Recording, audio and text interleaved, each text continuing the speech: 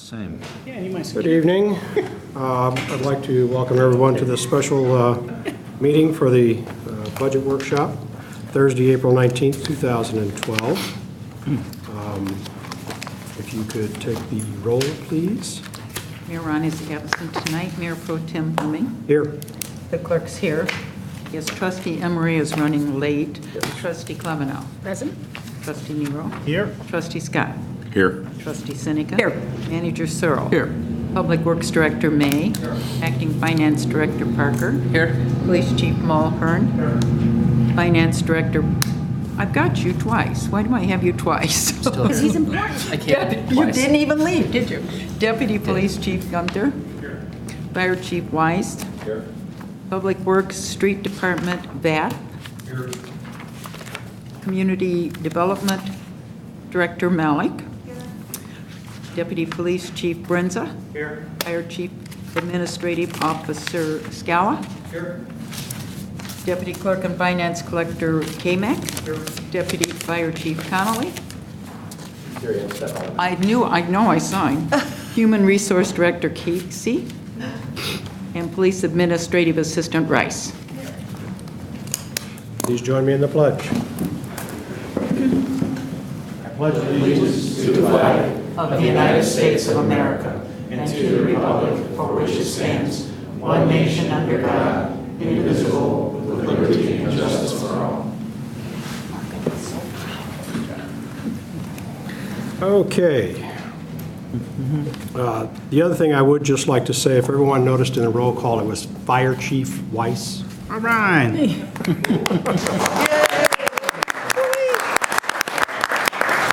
Might as well advertise for the Yes, yes. swearing-in ceremony on May Which is May 7th. 7th, yep.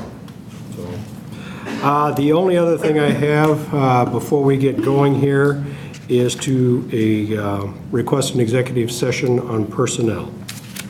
And at this point, I will turn the review over to Mr. Parker. All right, so let's start off with going through the packet that's in front of you, as we've done the last several times. So in the binder clip, you've got two different items that will end up going in the packet, or going in your budget binder. The first one, which says number 1 on it, goes in tab 1, and it is under the preliminary cuts and considerations, almost at the end. It replaces the blue pages at the end of the preliminary cuts and considerations group. So under tab 1, behind the page, it says preliminary cuts and considerations. The first several are red. After all of the red are the blue. And those blue pages come out. And then the new blue pages that are paper clipped together with the 1 go in. I've got a section for preliminary cuts. Or, No. I don't have that, Spanish. There's nothing in there. I have a section Yeah, for nothing it in with there. nothing in there, so I assumed that's where we would put it. Nothing to take. Because remember, we Oh, had those separately. that's before. right. I believe in the past we had taken them out so we could look at them with the departments. Right. So if you have a stack of the blue ones, you can get rid of the blue ones. You can keep these blue ones out, you know, if you want to have them with easy access. Yes, under preliminary cuts and considerations. Yes, we had taken them out to kind of look at all along the side with the others. We can keep these out, or you can put them in, whatever's easiest for you. Okay, so these go away. But these are the new ones. They replace the old blue sheets that look like them, Okay, got it. either in your section or somewhere else. Got it. All right. The next section is under tab 2, and it's the revenue. So under the first page with the pie chart stays, but then after that, the next 2 pages, so the one that says sales tax and the ones that says income tax and utility tax come out, and the new updated charts go in. Yep, you can throw the old ones away.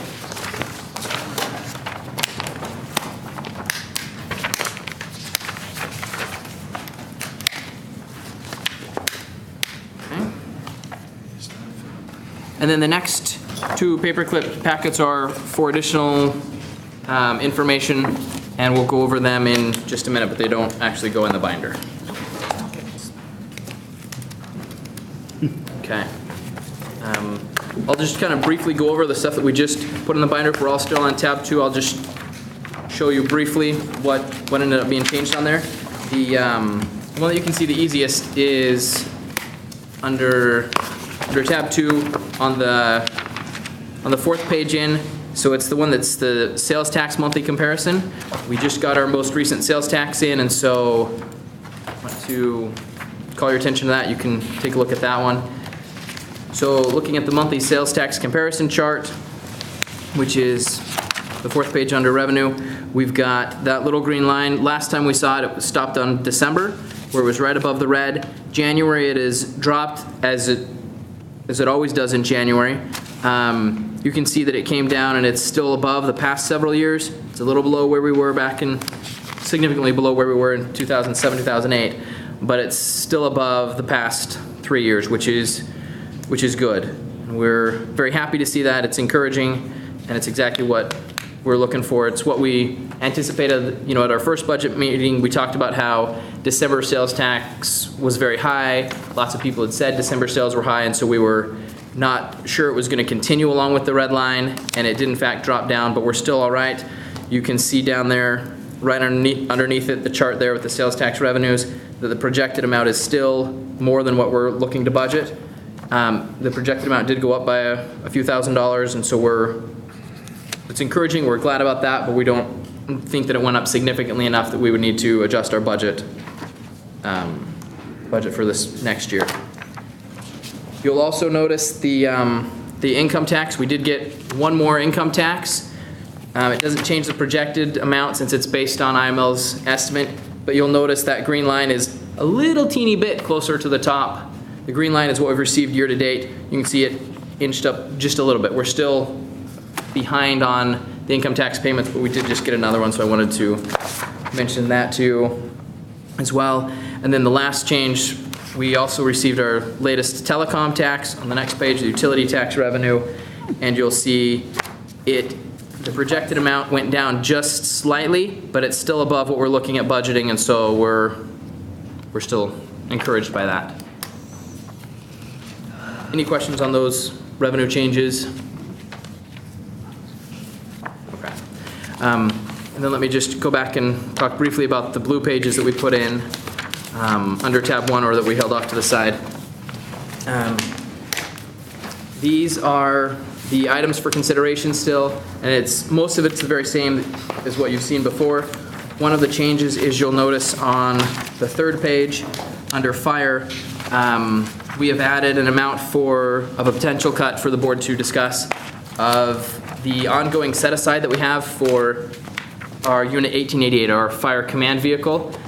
Each year in the budget, in the vehicle replacement program, we set aside a certain dollar amount to be able to purchase it when it comes due. It's coming due fairly soon, and we would like to kind of look to the board to see if that's something that we want to replace. Its primary use is for others in MABUS, is that the correct term? 10. MABUS Division 10? 10, yeah. So that's the primary use for it.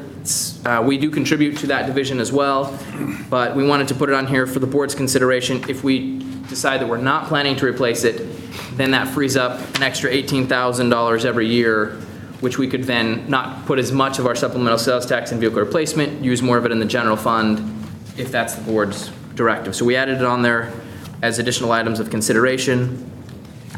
And then you will also note at the very bottom of the sheet, the total level 3 reductions of $688,000.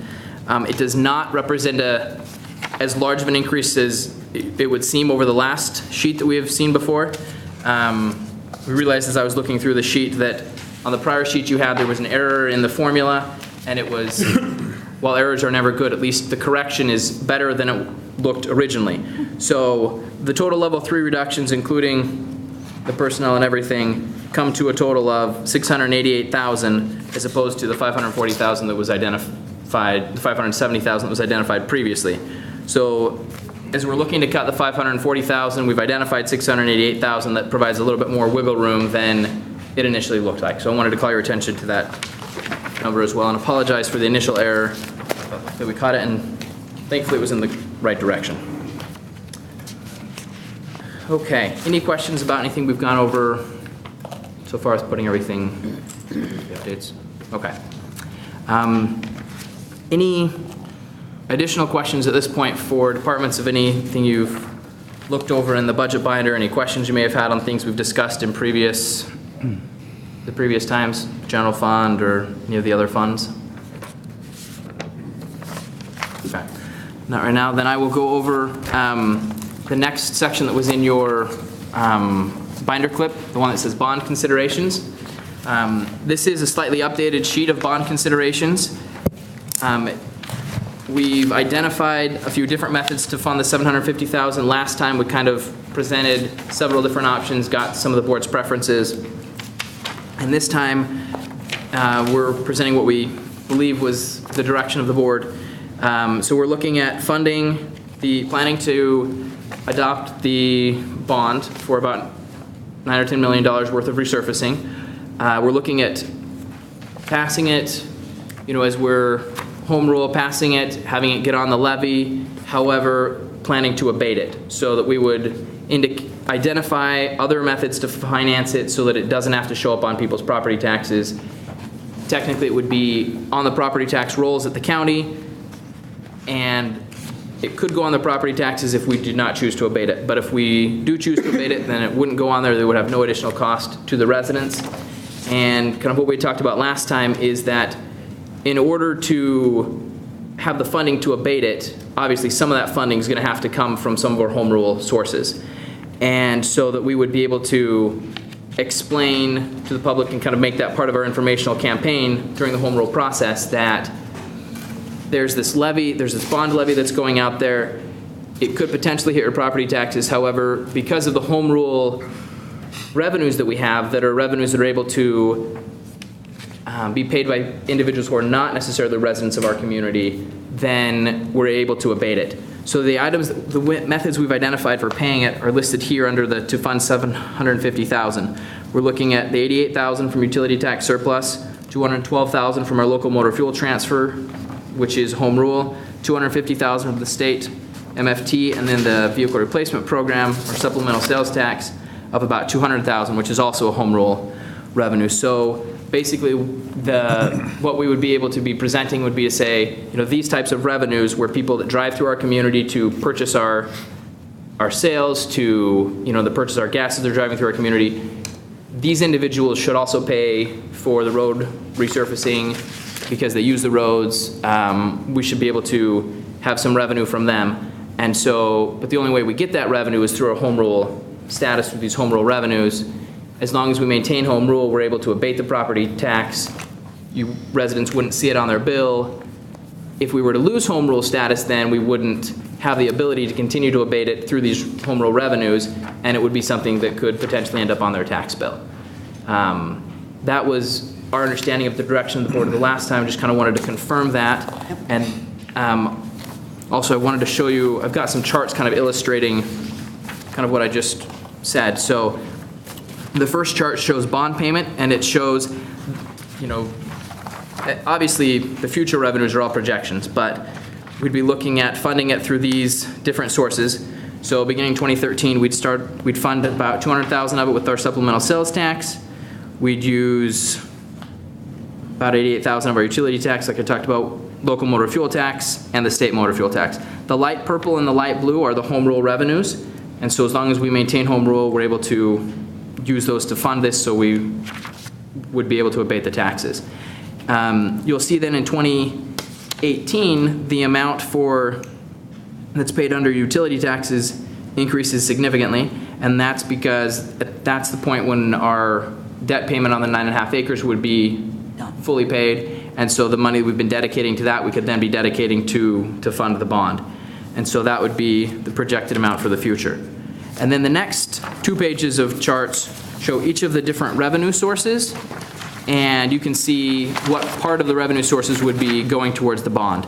So in the supplemental sales tax, you can see this year in 2013, we're looking at using it to fund a little bit of the bond, to contribute towards our vehicle replacement program, to pay off the last little bit of debt in our vehicle replacement programs we talked about before, and then to have an additional amount that would go into the general fund.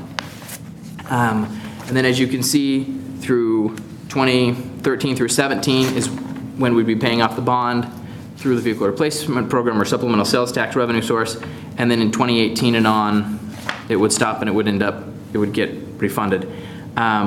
Utility tax, as you can see, we're looking at this year, a little bit towards the bond, some towards capital, and then starting in 2018, there'd be less debt payment, and then use some of that debt payment to refund the vehicle replacement program that we've used the $200,000 from for the past several years. And you can see on here that utility tax, the bond payment would be a portion of it, but we'd still have other money that we could use for capital. It wouldn't eat up the entirety of that revenue source. Same with supplemental sales tax. And then the same thing you can see on the next charts where we've got the local motor fuel tax. This year we've got a portion of it that's, as we talked about, in the general fund for those community projects, the TIF, the comprehensive plan, and then, assuming we don't have any more of those, then it would be, we assume the direction of the board would be to use that for capital. It's kind of the interest they've indicated previously. And then, pay for the bond for most of it, but still have some left to devote towards capital. And then the state MFT fund, you can see, pay a portion of the bond for each year, but then we'd also have that amount that'd be going in to fund other motor fuel tax projects, road reconstructions, those kind of things. One of the things we talked about last time was we wanted to make sure that we didn't completely deplete any revenue source because we didn't want to have no options with that type of revenue source. So this is what we've put together. We believe this is sort of the direction the board was wanting to go, but we're certainly willing to adjust these or change these if that's the board's direction. So, thoughts? And part of the reason we went through this exercise too was because our consultant explained that we have to identify, how we're going to fund this. It's going to be part of the process. Right. Whatever community does that goes out for bonds. Yep. You said it before, the object is to help the other people who don't live in town, help pay for these. Right. That's why we tried to use the sources of Right, revenue right. that we identified. Well, the other thing too is if it stays as is right now and home rule stays in place, we're going to be able to get some of the capital projects done at a quicker pace. If not, then some of the water issues and some of the other things are going to have to kind of back off a little bit because we won't have the funds to do it. And likewise, to abate, Right. to be able to abate. So We still if we have- lose we have home to- rule, everybody's taxes are going to automatically go up, which is sort of Right. the opposite of what people think. And the way this board's always been, then in that particular case, I would say the majority of us sitting here right now would say, you know what? We're not going to do it because we don't want the residents' taxes to go up. So therefore, then we'd go back to status quo and try to get stuff done as best we can through the budgeting process. Well, once we're in the bond, we're in it. So, once we're in it and we abate these taxes, should we lose home rule, then we can't go back. There's no turning back at that point. It's out of our control whether or not taxes go up at that point, Well, yeah, as far as that's considered. we would not be able to abate it without Right. Well, cutting drastically. You could abate it if you could somehow offset it You'd have with other to give up revenues, but services you're talking about and significant cuts, big cuts. big cuts. The part that troubles me is, we're looking at 20-year payout on the bond, and with this, whether we're going to stay home rule or not looming above us, to issue bonds for projects like road resurfacing and such, that if we lose home rule status and we've got the bond out and $9 or $10 million earmarked for something, and we have to start cutting services, I think road resurfacing would go above police and fire in cutting. So I've thought about this for the last couple days, and I'm really uncomfortable earmarking and going out with a whole 20-year bond issue till we know what's going to happen with home rule. Well, that's what I was just going to say. It might be a case that right now, until the general election comes around, we don't do anything with the bonds. Yeah, and use this as part of the educating tool as, hey, this is something we can have if we keep home rule. Because I really don't want to roll that set of dice. Yeah, I don't I either. don't want to put that on the residents. Don't want to do it. Because then we've got a load of money earmarked for something that residents are going to say, how could you have let this happen, If we lose home rule, it will be by the residents' vote. And then it will be incumbent upon us to decide what's going to get cut at that point. And to sit there and say, hey, we're going to have to cut things drastically, but, we're going to, resurface residential non-thoroughfare streets. I can't do it. I can't vote in favor of a bond until we know what's going to happen in the election. And this is one time I could honestly use trustee Seneca's comments, it doesn't pass the sanity check. It doesn't. You give permission to use that? That's copyrighted. We'll talk later. Again, I would remind the board, we're one of the very few communities that have not issued bonds. Right. And, I had a conversation, I won't mention which community, but one of our neighboring communities the other day issued their second bond in the last 3 years. The first one was $25 million, this one was $34 million. And I was talking with them about it, and I said, yeah, we're thinking of issuing a $10 million bond to do roads. Well, that's what our 30-plus million is for road construction. And I said, it's the first one we've done. And there was this silence on the other end. He says, well, how have you been doing your capital projects, your road work? I said, we've been paying for it for decades out of operating funds. And then there was another silence. And then I heard, really? And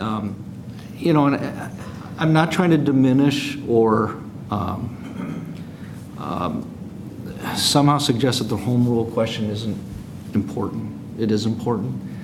But I look at what we did in 2003. We postponed the special census there. We lost out on a lot of revenue. We sure did. Because we were concerned about the home rule question. I guess ultimately it's your decision and how comfortable you are with the state of our infrastructure, but, we've racked our brains. We don't know what else to do to try to address the infrastructure without drastic service cuts. And that was part of the charge we were given. This is the best that we can come up with. So if we issue the bonds, and in November we lose home rule status, and we're paying the bonds up until then, and after November, we're not on home rule anymore, is it what, 400, am I reading this right, 412,000 we have to make up the next year from somewhere? Yep. It's either it would be made up from somewhere else or it would go on to the property taxes, and that would be something that we would make sure was clear to the residents. If we issue the bonds, we definitely want to make sure it's clear to the residents that part of the home rule piece is that we're able to abate these taxes. And well, the other important it's up to piece the about this residents. too, when I think about the timing and what happened in 2003, is the interest rates. They're great now. Yeah. And I'm afraid of missing another opportunity and then regretting it 5 years from now or whenever. And even the cost of having these things done, It's gonna probably go a lot up. less It's going to now. go up. I understand the concern, and, we could wait until November, and, we could see what the interest rates are at that time, if that's the board's direction, but I want you to think about all this stuff and when you- understand the full. Right, we're talking about entering into something with a 20-year ramification. There's a very real possibility we're going to need money for other, not a very real, if we lose home rule status, we're going to have to come up with money for other things, period, from other sources. And home rule status is going to affect our comprehensive plan. It's going to have all kinds of domino effect. And I understand the interest rates and all of that. And, the last time we had this discussion, I thought it would be most prudent to earmark the bond money. That's how you don't lose it to nickel and dime depreciation for, well, we could use a little here, and we end up at the end of the day without, with probably 10 to 20% of what we had issued the bonds for, having the money to do it. I don't think it's fiscally prudent to say, well, let's go ahead and get $10 million and not earmark it so that it can be around for projects because it's a great, it's a great deal. I don't like that kind of thing. We're paying interest on money we're borrowing. It reminds me of when I was not on the board and I was furious with the decision to take out a loan to buy property, and we just keep paying this exorbitant interest on land that's sitting there. I don't want to issue bonds and pay interest on it unless it's earmarked, and to earmark it could back us up into an awful situation, and to not earmark it and take out a loan as if we're just going to create this fund for what we might need and pay interest yet on that is not fiscally responsible. So, I may stand alone on this, but I'm not gonna go there. I'm just not. There's a reason why this town has never issued bonds before, because we've been, very prudent and very responsible. And when I started on this board 3 years ago, and I sat here through budget meetings and listened to our former finance director say, oh, just, spend every dime you've got in the bank. Now we're sitting on depleted funds there. We have no more rainy day money. I'm not willing to say interest rates are great. Let's take out money so we can pay interest on it. I'm not willing to do it. Well, what's our comfort feeling on what's going to happen with home rule? I mean, it's easier to say, well, we feel we got a 75, 80% chance of this, and the public's for it, and, I don't have that feeling. I can't predict what's going to happen. No, none of us can. Well, we can't campaign for or against it. We're precluded from doing that. We're going to ask people to try to educate this town, but there is a extremely vocal minority in this town that doesn't understand a whit about it, but wants to get rid of it. And they're not willing to be educated. They believe they know what they're talking about, and it is a taxation arm, and it's got to go. I think we're in real danger of losing it because of that vocal minority and because of what Clarendon Hills did and all of that. So, Okay, then I guess the next question, right, logically would be if we decide to set this aside, we were going to use a good portion of what we had in MFT that we were talking about other projects. Would we go ahead, I guess we're going to have to further this conversation. Would we go ahead with those projects this year? Would you want us to hold that money until, what are your thoughts, Spencer? We talked with the Public Works Director about this afternoon. Right, we've got, the budget without any changes for the bond included about $900,000 in resurfacing just from our regular MFT funds. And that would be close to depleting them, but we'd still have a little bit left for funding other projects from the state. But that's what we have in there for right now. And I would think we could at least do half of it or one of the projects initially. And if we're thinking we may do bonds this fiscal year, we'd probably want to hold off on paying some of, not do the full project. But if we're not looking at doing them until the next fiscal year, then we could do them all this time. And so we're kind of asking, if we do get the question on we'll have the question in November. If it passes, what will be our next step? Should we wait till the next fiscal year to look at bonds? No. Do you want to start looking right away? we go ahead with it. Okay, It's so our should we still reserve Plan A. that money? So if I just, And wait, till we get through half the year? is this one of those things that if you have home rule when you make the decision, it continues it stops soon as home rule is over with? It's not like other ordinances that we've put in place that it will continue because we did it while we had home rule. this is one that would continue. So as soon as the ordinance authorizing the bond is completed, that goes on to the county's rolls as a property tax. And then once we issue an ordinance abating the property tax, it's abated for that year. If we don't issue that ordinance each year, then we don't abate the property tax, then the property tax would go on to the residents' property tax bills. So it can only- Without having the whole It can only be ordinance, it's going to be rule. difficult for us to abate those taxes. Right. Right, that's the piece that would be Our goal difficult. would be That's- to abate it's- it. Abate it, but we don't have the money to do it. But that's right, we can do it, but we can't. Exactly, it's still, Right. you know, you can abate it every year, but we're losing $412,000. I think we got to be a little more prudent, like Ellen says. I mean, that's, That's the way this village has been done in the past, and I think this is the time we have to do it And one more time. there's really no reason why we can't Streets. revisit it in November. Here's a We can do it question. mid-budget year. But here's I a think this question is, I have. we really got to use this info for educating our, Sure. the public, because I think if they know that this situation's a no-brainer, vote for it, so you have nice streets and we can do all this infrastructure improvement. But one of the problems. Why wouldn't they? you One of the know? problems I see too is, I mean, I'd love to get that stormwater stuff, something done with our stormwater, because we spent, what, $250,000 just for the research to find out what we need, and then to sit there and tell the people, well, now it's gonna be on hold for the next, for the lifetime, because, we're not home rule and we don't have the money to do it. It's That's such a one way waste to of get our them money. for home rule, though. I mean, it's reality. That's the reality of this. I mean, that's what this is all about. And the question that I have at this point is, right now, we have basically requested a hearing or whatever as far as the census count, appealed it. Now, what happens? We come general election, say home rule's on the ballot, which it will be, and it gets voted down. But then we win the appeal, and we go back over 25,000. I don't think an appeal's ever been won in the history of this country. I'm just throwing that out And I don't there. think it's likely, given the It's, one has never been, of, what. yeah. That would be a nice problem to have. You automatically become it again?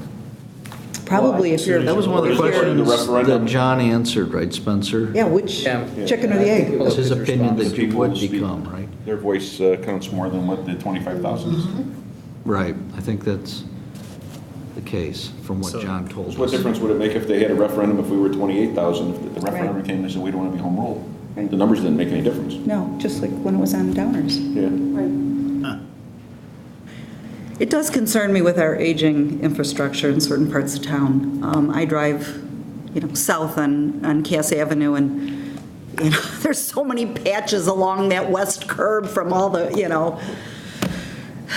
you just don't know how much longer you can, So maybe. if we waited till November, left the funds in there, Steve, what are your thoughts about what we would do this year with any of those funds? Well, if you waited till November, we couldn't do anything because we'd be out of construction season. So the money that's in the budget, without talking about a bond issue, is the current fiscal year's MFT fund where we didn't use any of that, added to our projected income. Actually, it's the fund balance of the motor fuel tax account that we expect to have after all our co-payments for all our other grant-funded projects. So it's, the motor fuel tax account is, you pay everything that's obligated, and whatever's left is our resurfacing project.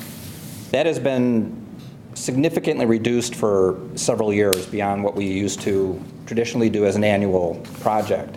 So it has already scaled back.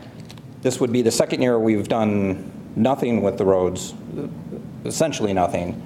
And there's to me, what I wanted to point out is, not the merits of the bond, but the more of the merits of doing the work sooner than later. It's not just projects will be more expensive next year or the year after because the cost of asphalt went up. When resurfacing is a maintenance operation, and not to get into a lot of detail, but you're talking about repairing, for all practical purposes, the top 3 inches of the street. You mill it off, you put it back on, you do some patching, but as the roads fail, and they're all failing, we've got a village-wide problem. As they get worse and worse condition, we can keep patching and potholing, but the base starts to fail. So now you're putting all your streets into a mode or a problem where you have to reconstruct them. You have to dig them up. You have to dig all the way down to the clay base and start over. And now your project is, at a minimum, 5 times more expensive, closer to 10 times more expensive to do, not because of the cost of materials, because we waited too long to, do the maintenance. So the expense or the value, interest rate's good and taking a loan and you're paying interest on money to do it now, but I guess, you just have to take into account the value of keeping the roads from getting to that tipping point where they become incredibly more expensive to address. And we have a lot of roads. I don't know how you would afford that if we had to reconstruct most everything in town. Well, I'll tell you something, Steve, and I know that. We've said that before about when you let something deteriorate, it becomes more expensive to fix it. And it becomes exponentially more expensive to fix it. Yes. But what do we tell the residents if we take out these bonds that we're going to pay for 20 years, and we lose home rule status, and we are in a situation now where what we've avoided in the past is laying off employees. So we're going to now use $10 million in bond money to resurface residential streets, and we're going to lay off public works workers, and we're going to lay off police officers, and we're going to lay off firefighters, and we're going to sell one of the ambulances and cut Kurtz's paramedics contracts, but we're going ahead with our road resurfacing. I can't do that with a straight face to the people in Westmont. I understand the dilemma. I just wanted to point out I know. that it's part of the evaluation as to the value of now versus later. So, I know. I can appreciate it all. And this is part of, we're feeling the effect of these people screaming, get rid of home rule, and screaming, it has to be on the, it's got to be on the ballot in the election. It's got to be there, it's got to be there. And certain people are going to be going door to door saying, get rid of it. This is part of it, is what we're going to be facing, is the exponential cost of everything that we can't address now. That's part of the information that we're going to have to get out there, and that'll be the residents' decision to do that. And if that's their decision, They Then we can't have to complain understand about it if they what the do consequences it. will be in the future on that. So that'll be up to them. It's nothing we can decide on it. It's going to be up to the residents, and we have to go with what they're going to say. Yeah. And We if the tell them the time- good, we tell them the bad, Yeah. and roll the dice and see where it if the time goes. comes where they're calling for holes in the alley or patches on the street, we're gonna say, I'm sorry, you voted down home rule and we couldn't get the money to do it. So, I don't know if that's exactly what we'll say. well, that's, There will be a different level of service across town. But so to I really, simply answer the question, we couldn't even use, if we need to wait till November to make that decision, there's little point of keeping the it's motor fuel tax money, so there's nothing else you can spend it on. It would just sit there, and that fund would just grow, and it'll be a little bit bigger next year, but we couldn't practically spend it. I mean, can't some of the projects We could be done do- as if, Resurface let's some say areas. we, just We could do them. I mean, we Reduce it could by put back, you had some planned projects with that funding. Well, it was resurfacing. Yeah. It just was a much smaller scale than what we Yeah, would have we done could, with the we bond. could do that. So we could do the That's small the question I piece. was really asking. I mean, I think Steve's Want going us to have to do that, or do you want prioritize them. us to hold on to the money and see what happens? I think we need to continue to resurface where we can. No reason to pause. Right. It won't be Yeah. anywhere near Let's this. say the whole, Yeah. let's say the whole board just sat here and said, we've never done it in the past, so we're not going to do it now. What you'd be doing is prioritizing your projects then, right? Certainly. We always do. Even, yeah, they always do. Yeah. So I don't think there's anything different than that circumstance versus any other reason. I don't think we should just flat out say we're not going to do bonds. I don't think that's what you're I do want to revisit it in November. That's what we're saying. We're saying. Well, Agree. And I. you're not you know, saying you won't ever. No, no, saying no, wait no. till I after mean, that's what I want to stress to, And then, Home rule wasn't Right. an issue. Yeah. I'm Right. just saying if I understand bonds that. was And do off what the we can table because of an old school mentality, No, that's not we'd gonna still have to work with what we've got. Yeah. We're just going to hold it in abeyance to see what happens. but I think, Go ahead and use the money that we were As- earmarking, go ahead, do some resurfacing this year. So that Yeah. 900,000 we'll just take, rediscuss we'll this chip off when we do after take bonds, we'll have November. less to do. Next fiscal year, most likely. And any additional then- damage that's done to the roads, unfortunately, is going to be cost. It's a risk, It's a risk, and it's the cost of doing business to allow the residents which is to have their say. ultimately going to go back to the residents Yeah. in any case, so. Well, you know, and the other side of this too is I think, as we've said, people are misinformed. Anything that we've done with home rule as far as any kind of tax doesn't affect just our residents. It affects anybody who comes through this town or stops or buys anything within this town. We did not put the sole burden on the residents of this town. That's one thing we said we would never do. And that's, yeah, I mean, I don't have a problem revisiting this after the fact, but I do hope, and I give a lot of credit to the residents in this town to do their homework, ask the questions, understand what it is that you're dealing with here. It's extremely important for the future of this village for them to understand this, and for us, at this point, to make the decision to wait to see what their choice is. well, I mean, we set up that special opportunity for Mr. Belden to come in and explain aggregation, and, I wish we had a feedback monitor to know how many people actually tapped in to see it. It might have been 30, 300, who knows? But it would certainly behoove us once again to do a Q&A on home rule. Oh, we will. We will be. There'll be several. After everything we heard on the electric, the vote was still close. Yeah, that's Very why I think close. it's 3. You will always have that component of residents that just wants to go against the system, whatever it is, you know? And Even we if could have it, that same issue. even if it's a good thing, you know? Could very well have it, so I think Ellen's point on being prudent on this thing works. Yeah, okay, good, we can move on. So I just want to make sure I'm sure as to what we're doing with the motor fuel tax fund. So we have the $905,000 that we've got right now currently budgeted to fund the resurfacing. And we had been saying we wanted to put $250,000 of that towards the bond. And so then just to clarify, if we're holding off on the bond, are we saying we want to do the full $900,000 of resurfacing and try to finance the bond a different way if we do go with the bond after home rule is decided? Or are we saying we want to reduce it, we're only going to do $655,000 worth of resurfacing until we decide what's going to happen with the bond? Is that? You're holding 250 out of Hold the 9 250 something, it's out. about, Okay. what, 28%?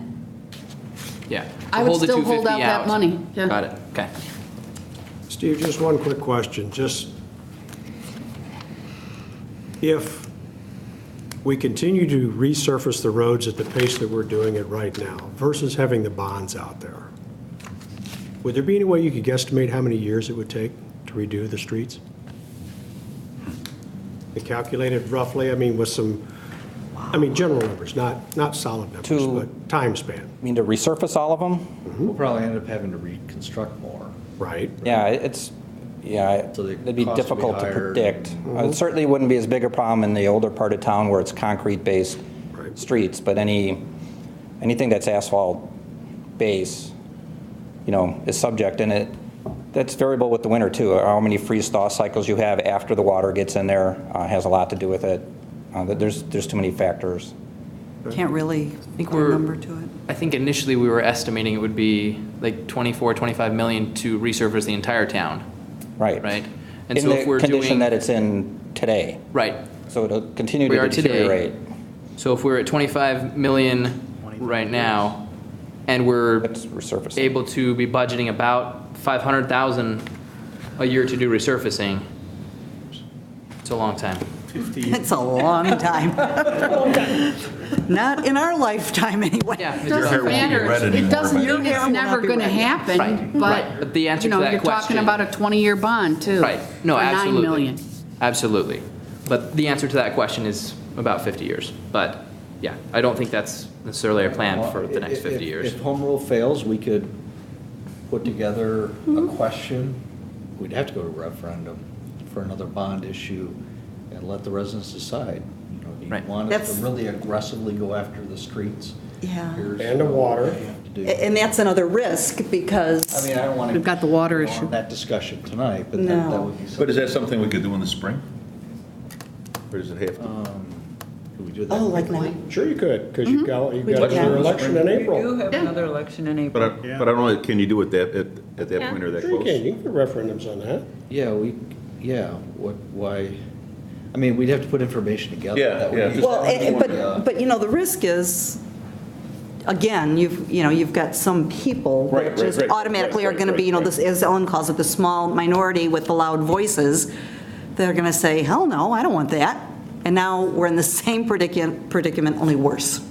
So, it's just a risk. The whole thing is a risk. Those are the people that complain The about loudest. the way your streets are, the water in their yards, the water main breaks. Those are the ones that complain the loudest, but yet they don't want to understand a way to take care of that problem. So to the minority out there, get your facts straight before you start opening your mouth. Well, the other thing is that the referendum is going to be on a general election, that it's a presidential election. Yep. So we're going to have a gazillion people that would normally not come out and vote for anything in this town, standing there going, Which is still a really small number percentage-wise. It's So just- if we pass home rule in November, Ron or Spencer, how long does it Yeah, take it's sad. after that general election, we find out home rule wins to issue these bonds? Is that a matter of a month? Is that a matter of 2 Probably a months? couple of months. So it would still be this year's budget? Yeah. Okay. 45 days. So we could just do it quickly.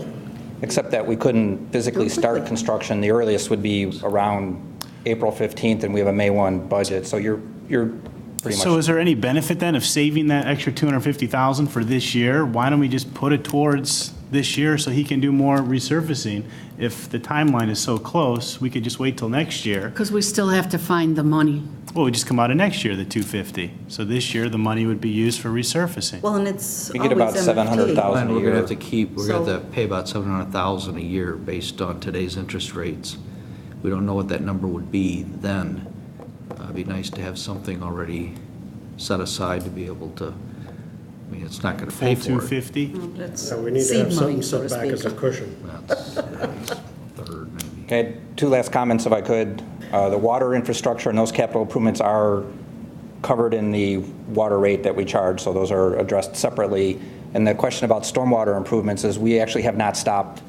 That's done concurrently with road projects. There's a separate funding category in the capital improvement section of the budget, and you'll see continued work in there. We continue to work on the stuff that we can do in-house all the time, the sewer grate replacements and small storm sewer extensions. We're doing all that in-house with budgeted monies that are, some of it in that fund and some of it just in the general street division operation fund. The bigger projects that are, more significant scope, you'll also see one of those in there too, to complete the engineering this fiscal year and budget for construction next year. So I just wanted to let you know we haven't stopped paying attention to that ever. But we would be able to do more than just one project in a Yes, given year, that- though, Yeah. correct? It's its own area of problem. Yeah, because we wanted to earmark bond money for it. Okay. Thank you, Steve. He's very unhappy. All right. Okay. Very unhappy. Anything else on this one? No, he's not. Okay, All right. let's continue on. All right. Oh, God, Hawks are losing. So then, let's go to tab 1, the third sheet. Just want to just look over the projected cash balance sheet, just make sure we're okay with it. Just kind of wanted to kind of run down through the different funds that we've talked about so far, and then we'll move on to the general fund. So kind of just as the budget review, so it's under tab 1, under fund summaries, the third sheet in. So,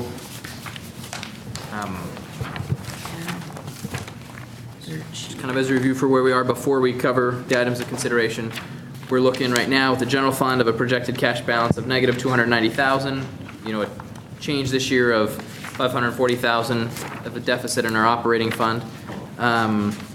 Spence, go back to what part are we on? Sorry, we're under tab 1, under the first section, summaries and overviews. Okay, got it. The third page in. It's a landscape page, so you kind of have to turn your budget sideways or turn your head sideways or something. One is All right, double-sided. so We were a little slow on this side here. A little tired today? Not the third sheet, the third actual white page. Convention Tourism Fund, as we've talked about, that negative projected cash balance doesn't take into account the fact that there's some due from the general fund in there, so we're okay with that cash-wise. And then we're looking at continuing the cash carry forwards, that you see listed there. The one that I wanted to at least just mention at this point is, our water operating fund. We're going to be, as we talked about last time, the different options are to pull things out, continue to do the infrastructure right now, and then kind of over the next couple of years build up our cash reserves again. And that's the option that we're looking at right now in the budget. So we'll be dropping our projected cash balance in water to about almost 500,000, so 450,000 is the projected amount. I mean, it hopefully will be a little bit more. That's what we anticipate, but conservatively we're projecting about that. Motor fuel tax will be down to about 400,000, and then we've still got plenty in IMRF, and then the emergency reserve will be staying around 940,000. So just kind of wanted to go over those sort of as a review before we move on to the other pieces of the budget. Any questions? So our projected cash balance over the year is supposed to drop $3.5 million? Yes, because this year we're looking at spending about $3.5 million more than we're planning to take in. And that's typical in your capital projects fund. So in the motor fuel tax fund, as we do every year, we budget and say, maybe the state, we hope the state will invoice us at this point for things that we've done before. We've got the money, we've got it set aside. It's from projects we've contracted with the state several years ago. We've been putting the money aside in our budget. It's sort of sitting there in our bank account to be used for this purpose. But yes, it will be depleting it. We'll be dropping it pretty low. But it's because we've been planning on doing those projects and they're not unexpected. You can see the carryovers in the individual fund. We prepared the sheet so you can kind of see what are things that we're drawing down in our balance because we've planned to draw down on them in the past, and this is just the year that they're coming up to draw down, as opposed to the ones that are the new pieces of revenue. Is that with a projection for like motor fuel tax fund, you've got 2.25 million in cash balance. Right. And to take it all the way down to 400,000, all right, we understand projects and all of that, but what about next year? What about, to take it almost down from, $2.25 million to 400,000 is virtually depleting the fund. And do we have enough to meet next year's projects with that kind of depletion? I believe that in conversation with Steve May and with Noriel, they've indicated that we feel that we don't have a lot of outstanding projects out there with IDOT right now. That was something that we had kind of raised with them over a couple of years ago, that we really need to start looking at the future years of these kind of things to make sure we're not committing ourselves to something we don't have money to pay for coming in the future. I don't know if Steve has any additional comments on it, but I know we've had a similar kind of budget where it's been significantly, we're looking at dropping it significantly the last several years, and then because we don't have the payments coming out of the state, we haven't ended up dropping it to that level. But those are definitely concerns to have and things to think about, and make sure we want to consider that. Do we know what we still have outstanding to the state? If you go to tab 13 under the motor fuel tax fund,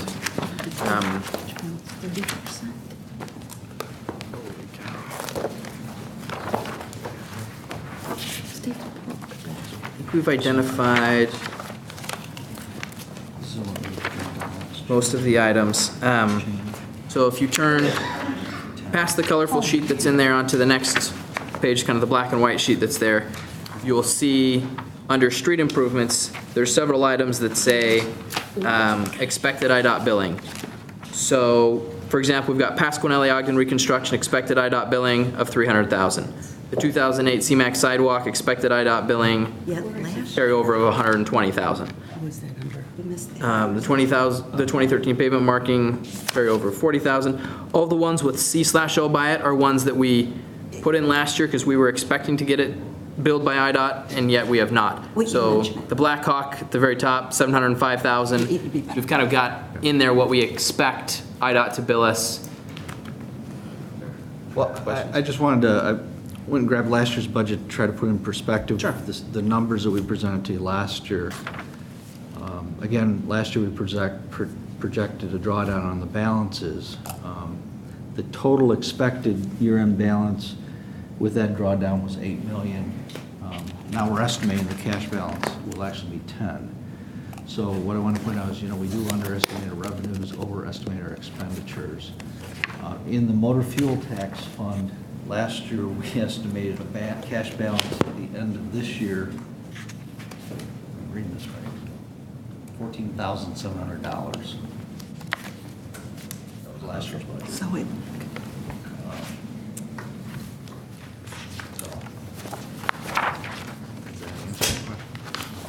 yeah.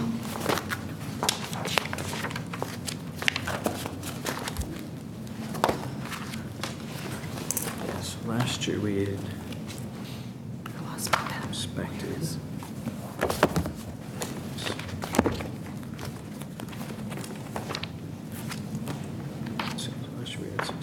It's amazing that we have to base our accounting on what the state gets around to billing.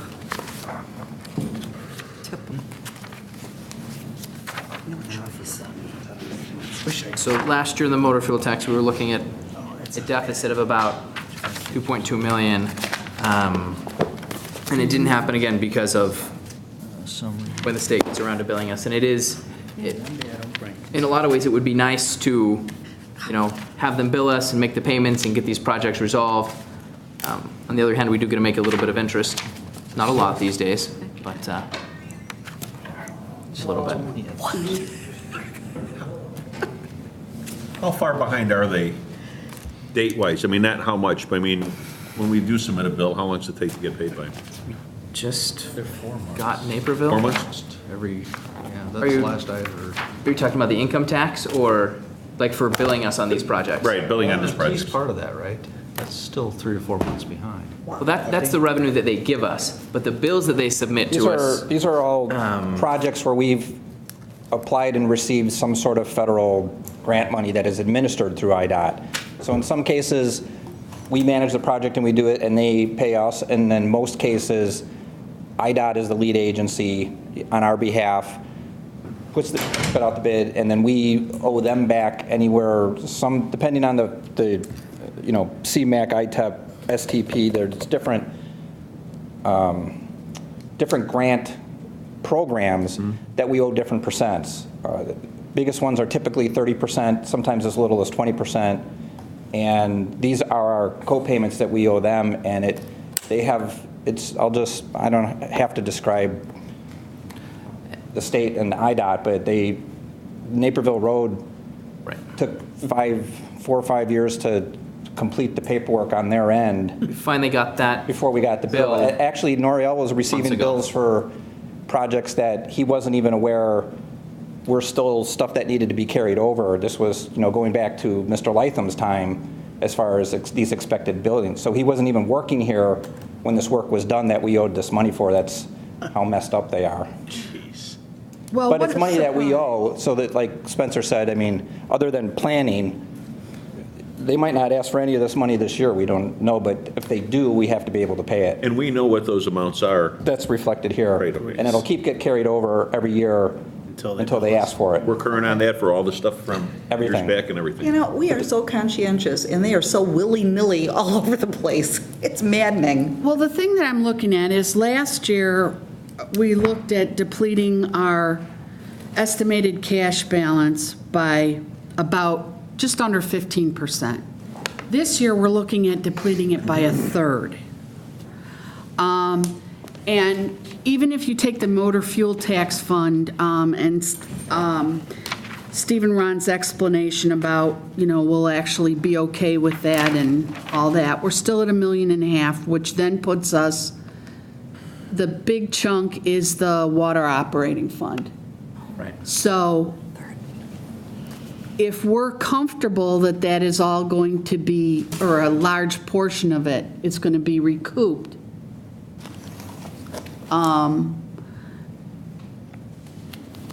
with the way that we've set up to pay for water infrastructure, then we can take that risk.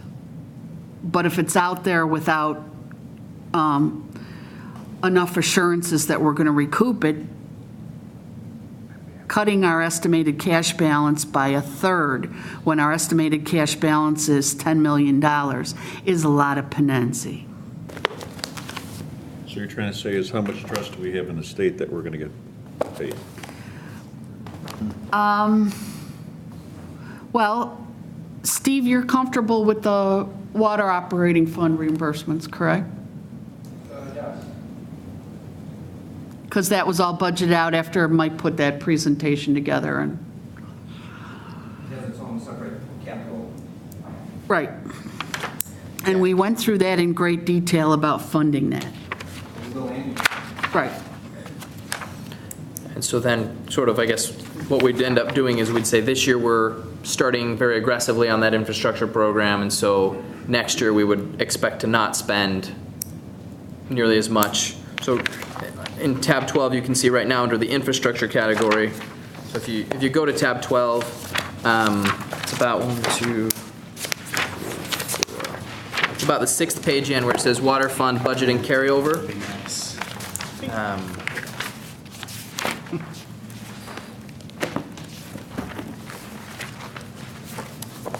You can see that under the infrastructure category, we've got, we're making, we're being very aggressive. We're looking at the 2.5 million worth of infrastructure expenses, which is part of the plan that Mike Ramsey and Steve May presented last year.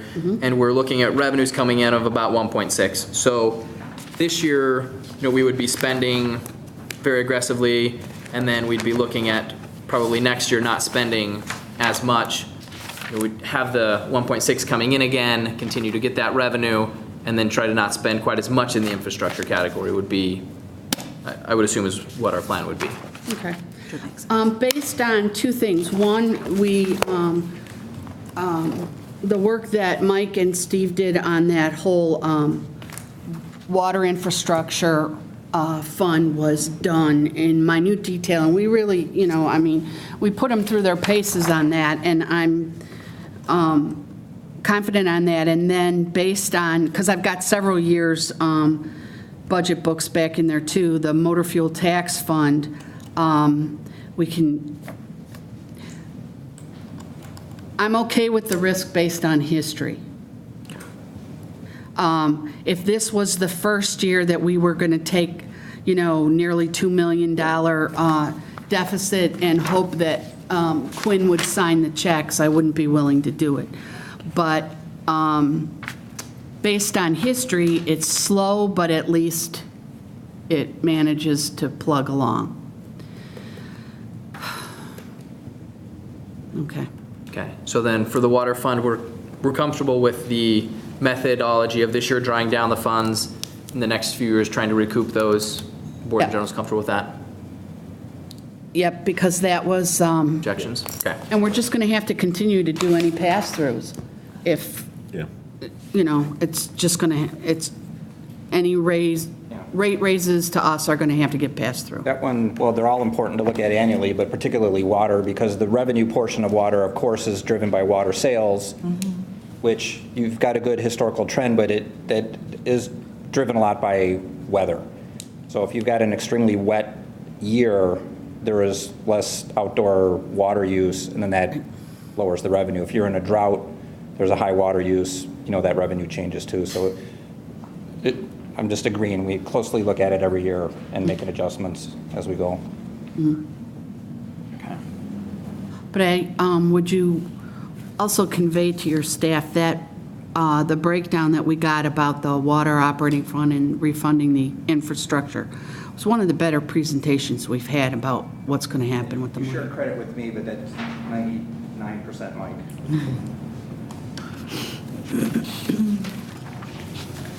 Okay. Right. Any other comments so far at this point? All right. Let's move on to the General Fund Public Works Department under tab 7.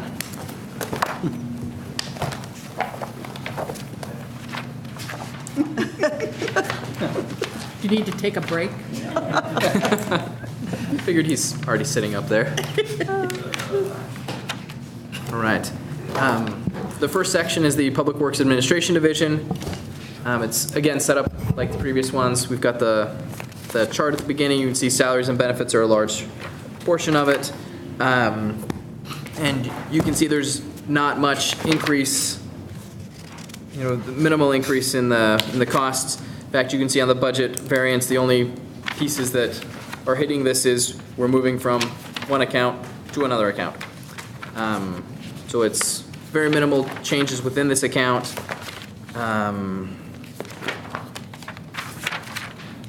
Mostly covers the administration pieces, the conferences and training, a few personnel, those kind of things.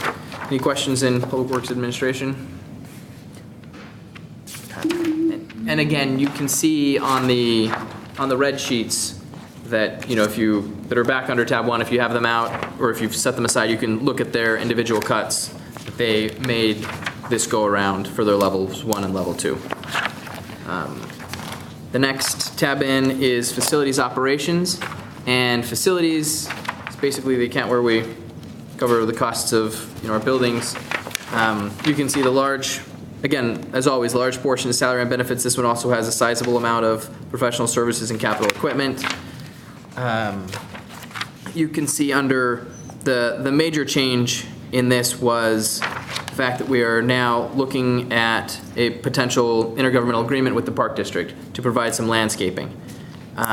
You can see under the wages part-time that we reduced the amount we had budgeted last year to try to have a custodian cover some of those, and then we're looking at having the Park District do some landscaping, which would be about $50,000. And as has been discussed previously, the Public Works Committee and at least briefly discussed at a prior budget workshop, the agreement with the Park District is important for a few reasons. One of them is that we've begun accumulating additional properties, and then the other piece is that right now in all of the different departments, we utilize staff currently to do the landscaping. So at the police department, we have Jeff Bolsom and Tom Mulhern working out in the yard doing some of the landscaping. We've got Ross doing some, what? Landscape maintenance. Right, the landscape maintenance, yes. Trying to keep that landscaping up. And so there's a lot of employees that are doing that could be doing other more productive things for the village. And having this intergovernmental agreement would definitely help with that, would free up, other staff in other locations as well. Any questions in facilities? Nope. Okay. Street operations. Again, as with all of our departments, the largest portion of the budget expenditures is the salaries. But also because it's streets, you'll see that, there's also sizable pieces of their budget of other parts. There's the road salt, which is one. We've got streetlight repairs, fuel, several different pieces of the budget. On the street operations budget variance report, you'll notice that one of the increases that's in the requested budget at this point is a significant increase in tree trimming, as well as tree removal, and then also increasing the grade all, which we had to postpone from prior year's budget. So those are the main things. It also includes an entrance door replacement, and those are kind of the major highlights that we're looking at in that division. What's the Christmas decor maintenance, $5,000? It's just the Because we're main, planning on having Christmas decor this year. right, but Well, even if we didn't have the additional ones that was, the new purchases and those types of things are under the administration, or is it, maybe it's legislation? Those purchases are in there. The products that we actually own, a good portion of it is, well, it's out, it's up in the tree and everything, there's a lot of damage. So just to maintain the Place some level of bulbs. what we're at, bulbs, light strings, ornaments, and makes sense, all the right. maintenance of all the decorations that we already own. Okay. Gotcha. You will, speaking of the holiday decor. You will notice on the level 1 cuts, there was initially a thought of, potentially increasing the level of holiday decor that we do and having an enhancement for about 20,000.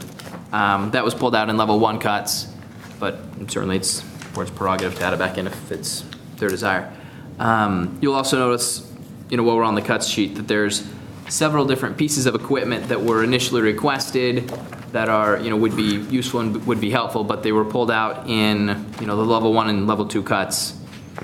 Inloader replacement, chipper replacement, backhoe replacement, some of those items are just being postponed at this point because, to meet our targets and meet our cuts.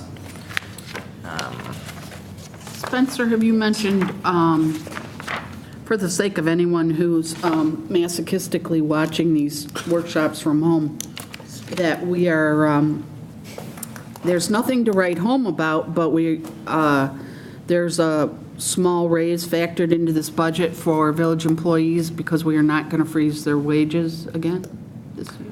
Yes, at this point, in the proposed budget, we currently have that. We do have a slight increase for employees. At this point, we have that, although it's, one of the things that, at the board's discretion, if we need to reach our cuts, that could be adjusted at this point, but we do have one currently built in, and that's good. Yeah. Happy to have it at this point. I would like to see the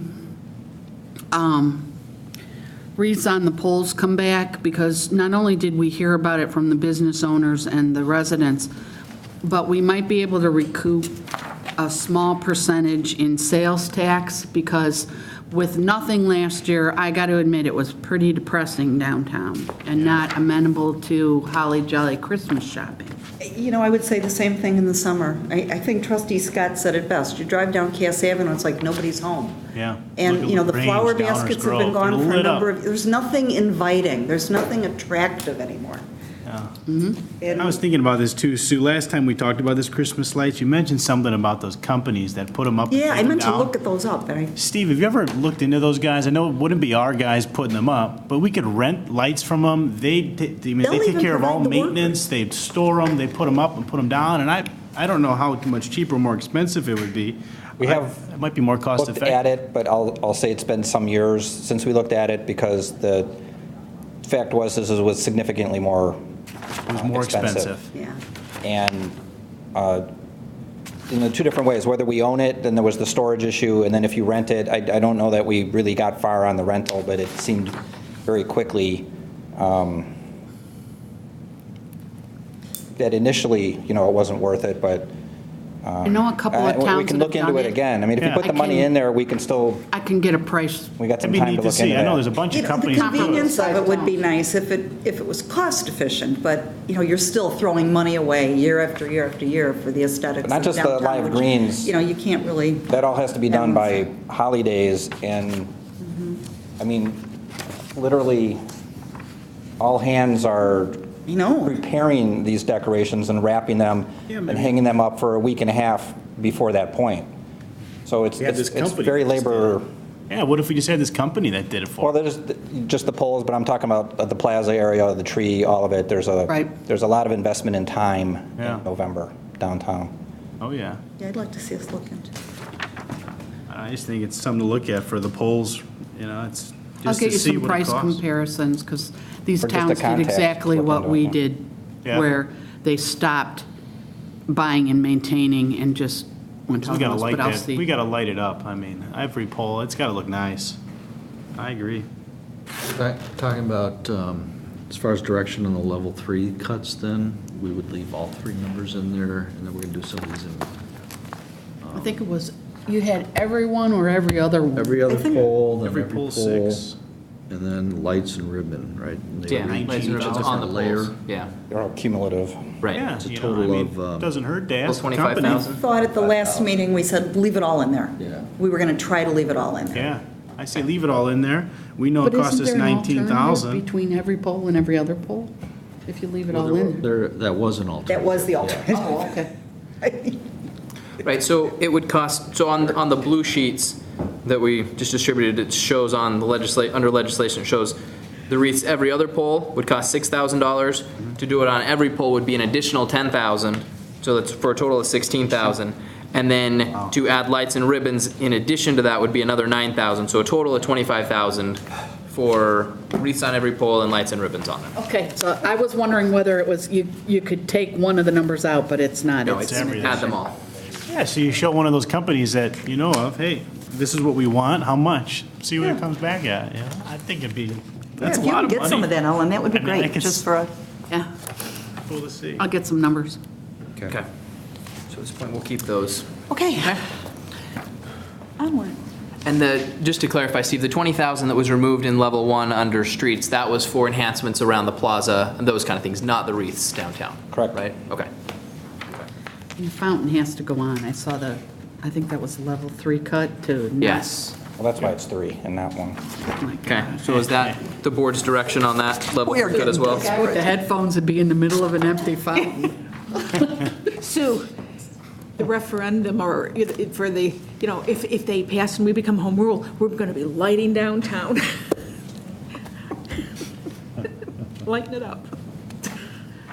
All right, so then the direction of the board is that a general consensus on the plaza fountain as well? It was under the public works, level 3 cuts, is we want to make sure we keep the plaza fountain? Yeah, keep that fountain lit up, Okay, flowing. all right. Yeah, these are dire Well, everything dire in times level It's like three we're is to close up closed for shop. business Yeah, with no right, fountain. do that. Until they, Right, okay. right. But that is, I mean, that's on our agenda, kind of the next item is to go through all the things on the level 3 cut. So if we have decisions, I'm going to write them down as we go. All right. I think our, 1,650. just about to move on to fleet under public works. So still under tab 7 to fleet. And this is one where we see under fleet that the fuel is the largest cost. Salaries and benefits are also up there, but parts and supplies and fuel are also very significant costs in this one. Again, there's not a lot of changes in the budget, and you'll also notice on the level 2 cuts that there was additional equipment that was requested that at this point has been withdrawn as a request, specifically.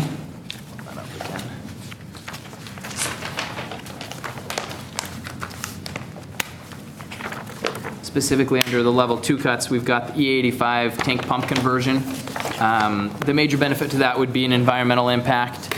If we were to convert it over, at this point it's been withdrawn from the budget, but we wanted to bring it to the board's attention to make sure they're aware that it's something that we would like to do, but unfortunately with, these difficult times, we have to make cuts, and that was one that we had identified, unless it's the board's direction to adjust that. Any questions there? Okay. The next section is health and sanitation, and there's, really no change there. As you're aware, it's been mentioned, at previous meetings, the Clark Environmental contract went through and came for the same price as it was last year, so there's no increase there. And the waste management is just a pass-through with our revenue. Any questions in public works thus far? Okay. Moving on to convention tourism under tab 8. The first section we have in here is the Westmont Center. And you can see the first page shows the revenue. Obviously, the majority of our revenue is in the rental revenue, which is the common area maintenance fees. And then moving into the detail of the Westmont Center, you can see we've got some costs for salaries, as well as some overtime for custodial maintenance. And then we've got, our professional services, kind of the things basically to keep the building running. You'll notice that, as in prior years, the expenses exceed the revenues, and they need to do that in order for us to maintain, the property tax exempt status of that building. We're not charging rent to make a profit. We're doing it to offset some of our costs. And as you can see, the difference is fairly close to the personnel costs to staff it. And so that's kind of where we have our additional costs that are not covered by the common area maintenance pieces. Any questions on Westmont Center? Well, if home rule doesn't pass, we'll have plenty of money in there to take care of it after that. True. Are you being facetious? I'm being factual. Because that money, heads on beds tax, as we call it, then will roll into convention and tourism, and can only be spent on a building like Westmont Center, or Taste of Westmont, or Holidays, or any of those type of events, which I've been thinking about this one too, which would mean we probably would have to go back to a committee scenario, people coming in front of the committee to ask for grants out of convention and tourism like they used to. So I guess my question there Well, the is- other option would be to sell that building, Well, but, you know, but, I know we had one offer. Yes. It was generous. I mean, the whole thing is then, I mean, it throws another wrinkle into a lot of the special events and how they're handled. Just food for thought. Well, Think several about of that us- every time I several drive of by us- that Several of us have been here. Thank God we don't have to think about that till next year. You need to think about it now, though.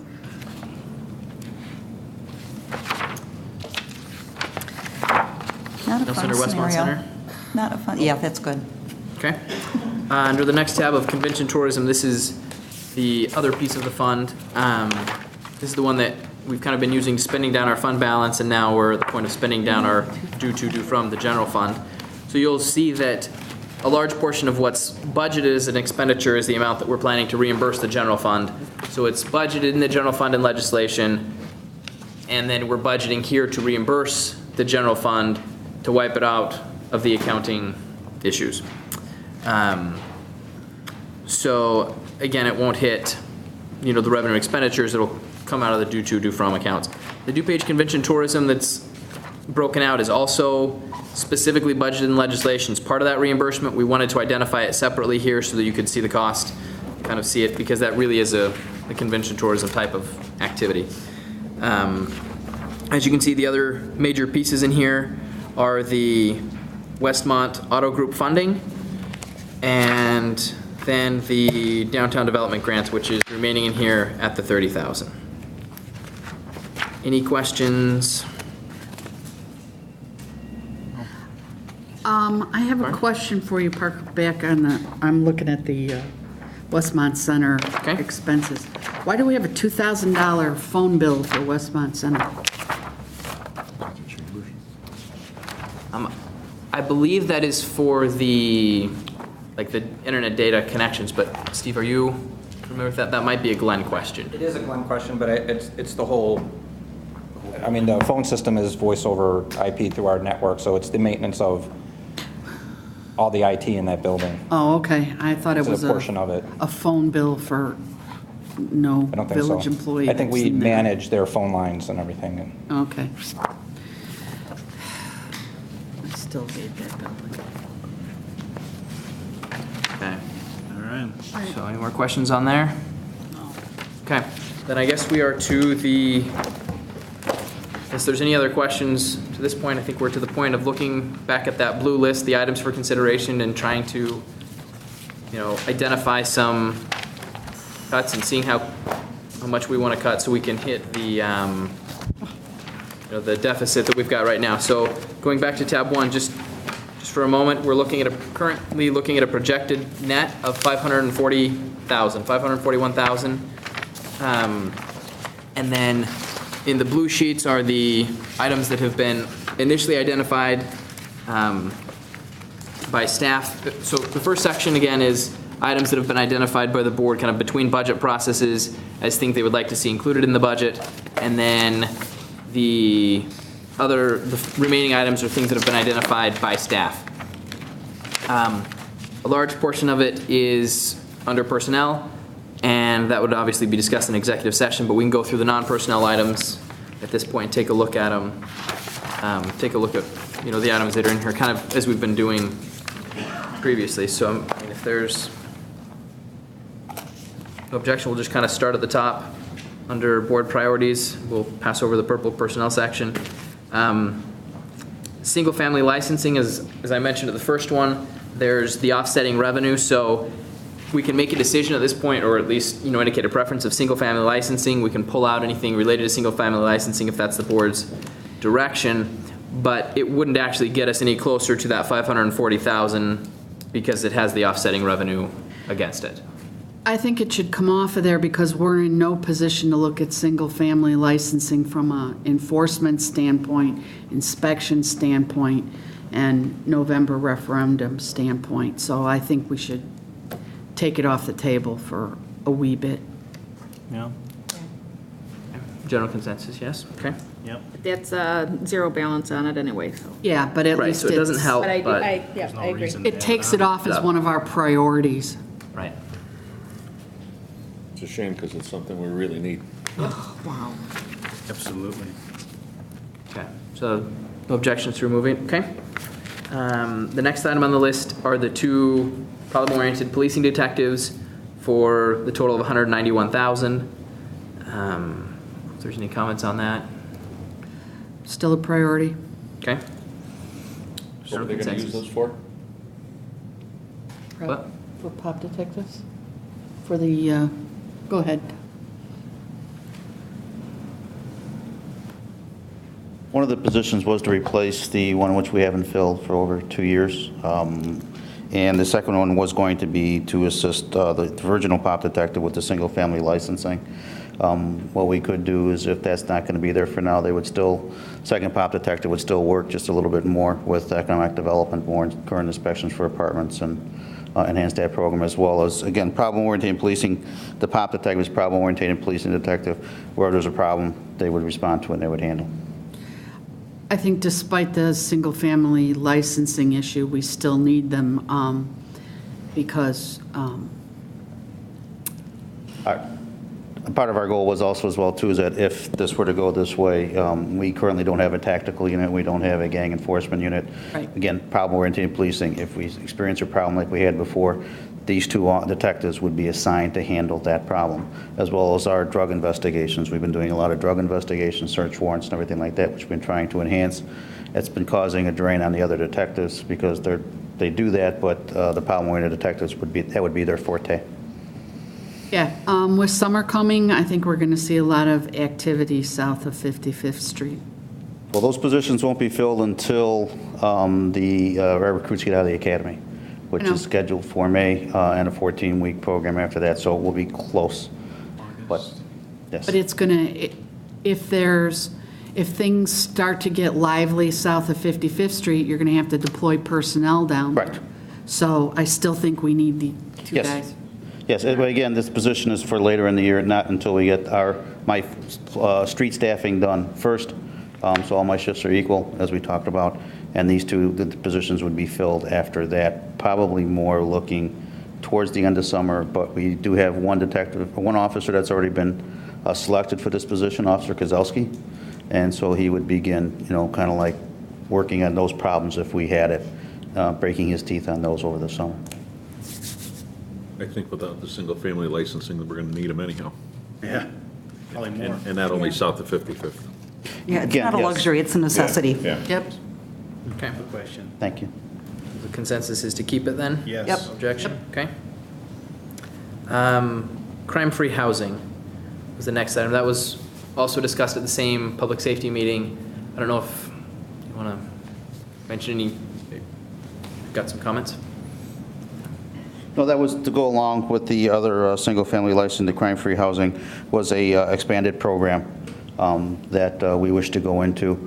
We still have room to expand our current program and improve it even from where we're at now, working with the economic development. This was just going to be another component. Again, we'll be stepping up our program that we got now, but this could also be put on hold as well, too.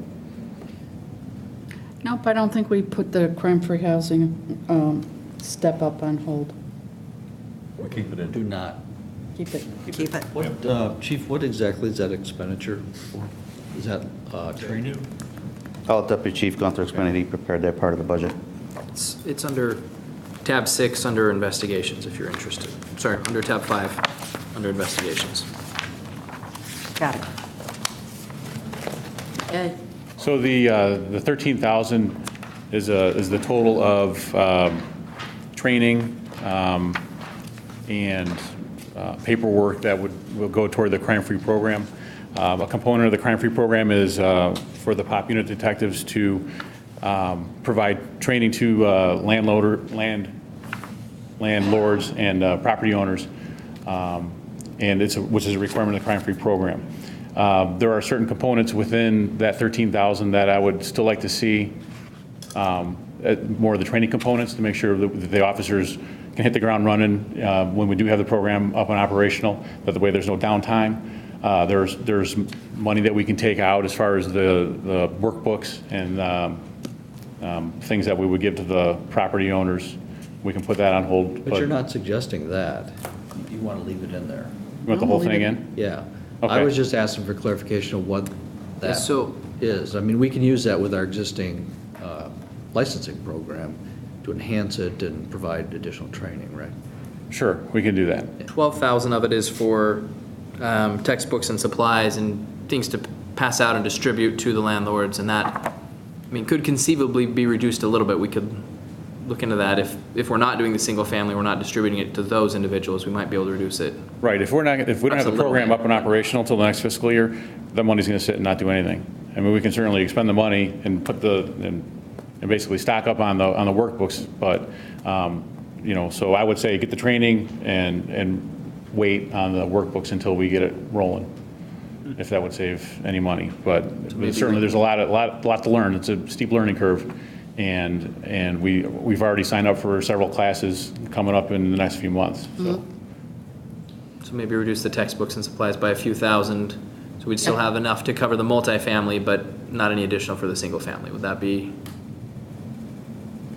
Well, the single family and the multifamily are together. So the crime-free program, that's the crime prevention through environmental design model. That's where the police officers train the landlords on what to do for safety purposes. You know, cut back your bushes, make sure your locking mechanisms are safe, you know, lighting, all those issues. So that's separate from the actual inspections of the single and the multifamily housing. What Spencer's asking is, can he take a couple of $1,000s off there for less number of publications? Yes. Okay. Sounds good. We've still got this issue of single-family rentals. Yeah. And problems that we're having in the different communities around here. What are we going to lose, not so much us, but the residents, revenue-wise, when they're having a hard time selling their houses, if they got problem homes next to them? Yep. And there's I've got more. calls on it already. You know, the realtor told me, he said, house 2 doors down, that's causing problems, and I can't sell it because of it. You know, and they've had buyers looking at it. And so it's, you know, there's that cost right there that we lose value in community by not having that. And we know it, it's an issue. We knew it was an issue in the apartment buildings. Well, actually, Shannon, do you know on this with the single-family licensing projected at just over 87,000 and then offsetting revenue of 87,000? Does that include, that's the licensing program and, you know, the paperwork and the work to do it, does that include any inspections? Yes, it includes the inspections in that total as well. Okay, as the, with the schedule that we had talked about, similar to that of the multifamily? Where you do X percent? Okay. Do we need to be home rule to do it? Do we need, Single family, yeah. Yep. Yeah, that licensing, you have to. Multifamily's on the books. So if we go forward with it, it could be looking that we're expanding stuff under our home rule powers. Yeah. That's what you're thinking. So it behooves us to do it now in case we lose it. Exactly. Okay, all right, I agree. So then we are, We put the 87 back in. Put it back in. put it back. Back in. Yeah, because we'll never get it through if we lose it. Okay, Then you have the residents upset because we didn't do it. yep. You can't win. Good point, Robert. I woke you up. Yeah, I'm glad you're awake. That's the All right, point. so we'll reduce 2,000 there. Okay. The next item is the rewrite of the emergency operation plan. It's something that Fire's discussed and talked about. If there's any indication, I mean, it's a plan that I think that we need to have written. If there's any, Yeah, I mean, I because think that's otherwise the critical. residents are, the plan is run. So, Or duck. yeah, either way, happy to write that out for you. But Can't imagine taking that out. Yes, chief? This is a one-time expense to do this. It's a Right. requirement of DuPage County and the state of Illinois if we want to continue to get grant funds. Right, Oh, leave it in. that's a no-brainer, leave it in. Well, that's an even, we were just kidding, we were planning on leaving it in anyway, but you just made sure that we, You just convinced us. okay. The next item is a two-part. It's the transfer of the local motor fuel tax to capital, and then we're looking at offsetting it by the community projects. So I guess we can probably hit the community projects first and look at what we want to do with the total of transferring it. The community projects are detailed in, under tab 3, under community development. It's right before the administration orange tab and after the information technology.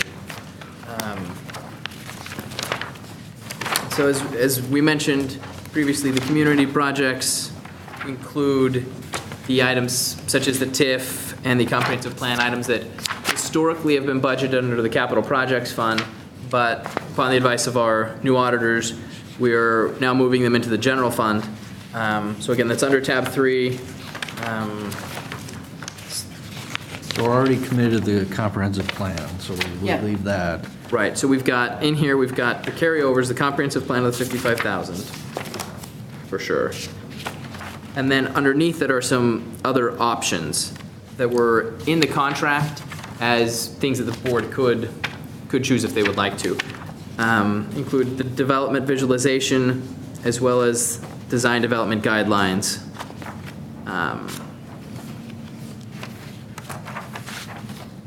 And then we've got under the South Westmont Business District TIF, the remainder to finish paying that off, and then the pro forma analysis, review of the development agreements, and then the Central Business District TIF of paying that for the 47,000. And again, the TIFs are items that will be, general fund will be reimbursed for in the future once we actually get a increment in the TIF. But at this point, we'd be budgeting to pay for it out of the general fund. But I don't know if the board has any preference on either of those, sort of the à la carte items, the development visualization, the design development guidelines, the pro forma analysis, and the review of development agreements. I don't know if Shannon has any, if you want to just kind of briefly explain what they are, that'd be great. The development visuals, we may find of those three would be the easiest to kind of set aside and not worry about. That would be through the comprehensive planning process. The consultant would actually literally provide visualizations that go above and beyond in sort of a SketchUp manner so that we could see how a fully built-out scenario would look. The design guidelines are just more corridor planning, things that, we could look at gateway signage, landscape features, right-of-way improvements with street lighting, et cetera, for suggestions along important corridors such as 63rd Street and Ogden Avenue. Those are things that we've talked about, especially at the South Westmont Business District portion of the community for a long time. Excuse me.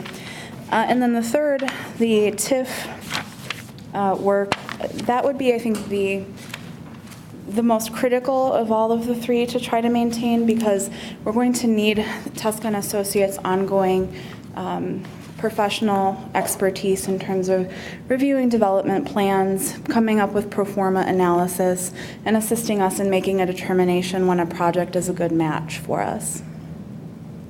I think it's critical. I don't think we touch any of it. nope. Leave it. I don't see how we can. We've worked too long to get it to this point. We've put it off too many times. I mean, it's. Leave it. Okay. Correct. All right. And then the other question then is we've got, so the net of the difference between the 435 and the 146 comes to a net of about 288,000. And so then the question is, we have, in the last budget year, it was indicated, the board indicated an interest in transferring that local motor fuel tax into the capital projects fund. We're looking at doing that again this year, and that's what's included in this, would be the $288,000 transfer into the capital projects. That became critical when we were looking at using that for the bond. If we're not looking at doing that at this point, that may not be as critical to move it there specifically for the bond, but it's certainly at the board's discretion. It makes sense to dedicate it to capital projects. That's the decision, the direction we went previously. And so it's kind of up for the board's discussion at this point if that's what we want to continue doing. But I wanted to at least bring it up. I don't really care either way. I mean, it's, Well, if we don't transfer it into the capital funds, I'm assuming the transfer to water is the payback, correct? Yes, the transfer to water is to pay back to begin continue paying off that loan. Then my suggestion would be, then we need to, I'd say we take another 100,000 or 150,000, pay back the water fund.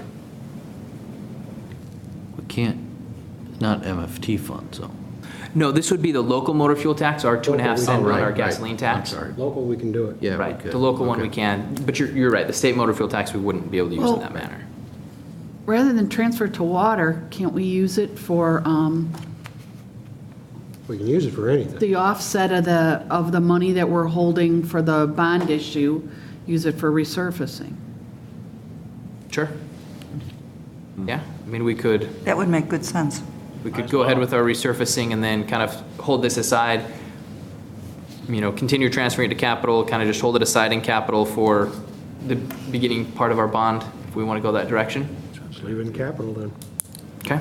Okay. So keep it coming out of the general fund, and then on the motor fuel tax resurfacing, bring it back up to that 905,000. Right. Okay. All right. Okay. The transfer to water, to continue paying off that debt, that's the amount we transferred last year. We assume the board would be interested in continuing that, but we're, the board's direction if we want to reduce it or change it. Pay our bills. Okay. Went too long without being paid. Okay. All right, now we're moving on to the level 3 cuts in the other pieces of the departments, kind of through the tabs as we've looked through them previously. All right, legislation, human resources administration, and clerks, kind of that whole lump together. We've got newsletter production. I don't know if the board's interested in reducing the amount of newsletters we produce or keeping it the same or making any sort of adjustment to that, deciding we don't want newsletters. Any sort of discussion on there at all? I don't know if What's the feedback from the public, if you're getting any, on the going in with the water bills? Do they like it better? Do they feel more informed? Anybody hear anything? Carrie can probably answer. Okay. he hears it all. He does hear it all. Yeah. Working at home. But, yeah, we do get feedback on that. Most typically, it's usually bad news. When we had that water rate increase, one of the things I think that helped curtail the complaints that we had received or questions about it was the newsletter itself. We still did get a fair number of people calling and asking questions about it, even though it was right in front of them, but nonetheless, until we can get that device that wakes them up and says, please read me, we won't have it happen. Slap-o-matic. Exactly. It is a valuable tool, there's no doubt about it. It actually is an extension of what we used to use, namely the header portion of our water bill. We would use that for information, and albeit it was restricted, to Couple lines. almost like a tweet, Yeah. about 140 or 50 characters, so it doesn't allow for much verbiage. People are probably less likely to read that header line on their bill. Exactly. They're looking at the number and when is it due? You're right. You're exactly right, Trustee Seneca. They're focused on that bottom line number. So that's why it's nice to have the additional documentation in there. It is a little more pizzazz because it does have photographs in there as well. And people, I think, are drawn to that. Plus, we have a captive audience. They have to open the envelope. Exactly. So with that said, that is the feedback that we've received. So for the most part, I would say it's positive. Good. I I just wanted to comment, one of the reasons why we thought of it as a possibility, as a consideration, was we know that Larry McIntyre has been using Twitter and Facebook, and our website is going through a major revamping. And so we were wondering if, with all that social media that is being explored as another option of communication, is it maybe necessary to use the newsletter quite as much? Could there be a reduction there with those other avenues now that are being explored? So that was the thought process. Maybe do fewer. Yeah. I would have to venture a guess that in this town, the upsurge of use of social media is... Be careful. I don't see a lot of people tweeting. I'll be careful. Let's keep the newsletter. I think we I think there's a should. lot of people that use it. I don't do social media. Well, just wanted to let you know that that was the thinking, because I know that we're trying to reach out to the younger crowd by Which using. is what social media does, but we Right. still have a fair portion of people that, You still have that component that has to have it in their hand, for whatever reason. Let's face it, the majority of them are going Be able to to touch it and be feel it. 21 or under, 25 and under that are doing it, Yeah. and they're not the ones that are involved in, Well, I think your younger families, your 30-somethings. right, Yeah. right. Are probably using the social media. but the ones that freak out if there's a change in something. Are probably your more senior people. See, yeah, I didn't say it, you did. You tricked her into saying it. All right. So the general consensus of the board then is to keep the 4,000 for the newsletter printing as well as the production. Yes. Yep. Okay? All right, calendar printing. How many thousand calendars do we still have, laying around? Did we give away Pretty almost all much of them? got rid of all of them last year. There couldn't have been, Except for the pile in the Yeah. trustee room. Okay, I did check with the printer, and we do have 6 boxes still at the printer. He said For this year? typically, just for this year. Last year, we had, he said that typically we don't always deliver, he doesn't always deliver all the boxes until towards the end of the year. At the end of last year, we did have 8 boxes in October. 5 of those boxes were delivered to the schools in October, November. I'm not quite sure whether it was because they requested them or whether we just decided to give them to the schools. How many per box? There's 175 in a box. And then at the end of the year, 3 boxes were disposed of. Did we ever check into, because I know we ended up having to order more to get a better price, and then they do the run and you get more, I asked him that whole about thing, how that all fits in, Yeah. because In 2009 and 2010, we ordered 12,000 and 15,000 those 2 years. And the price was, I have the purchase orders here. so it was actually cheaper to order more, I believe, Well, he is the way said it the looked. price doesn't go down all that much. He said you'll see a price difference per 1,000. Yeah. Yeah. Yeah. He said, but it really isn't all that significant. So back in 2009 and 2010, we spent 15,000 and 12,000. And then the last 2 years, we spent 7,800 for 6,000. So if you look at a per unit cost, it went from $1.19 to $1.30. So we ordered 6,000, so if we were ordered, say we ordered 5,000. Right, you're not going to Difference would see. be a couple $100 probably? Exactly, that's what he said. Okay. Yeah. Well, there's a proposed revised amount to cut it in half. So if we're not comfortable with that, we can maybe just decrease it by 1,000 and see how that goes. Yeah, just order half as many, and if we run out, guess what? Call us up and we'll print one off of the internet for you. So if we wouldn't have gotten rid of the 5 boxes at the end of the year, we would have ended up with approximately about 23% of our total order. Yeah, I mean, once he typesetts, it's all electronic now, so that's the big expense. If we want to cut the expense, because how many people take them and, throw them out and all that, because there were piles of them everywhere. We didn't deliver them, And it is available on our website as well. Right. Yeah. So, well, staff has down here to cut it in half, and, I would take that recommendation. I think cut it in half. yep.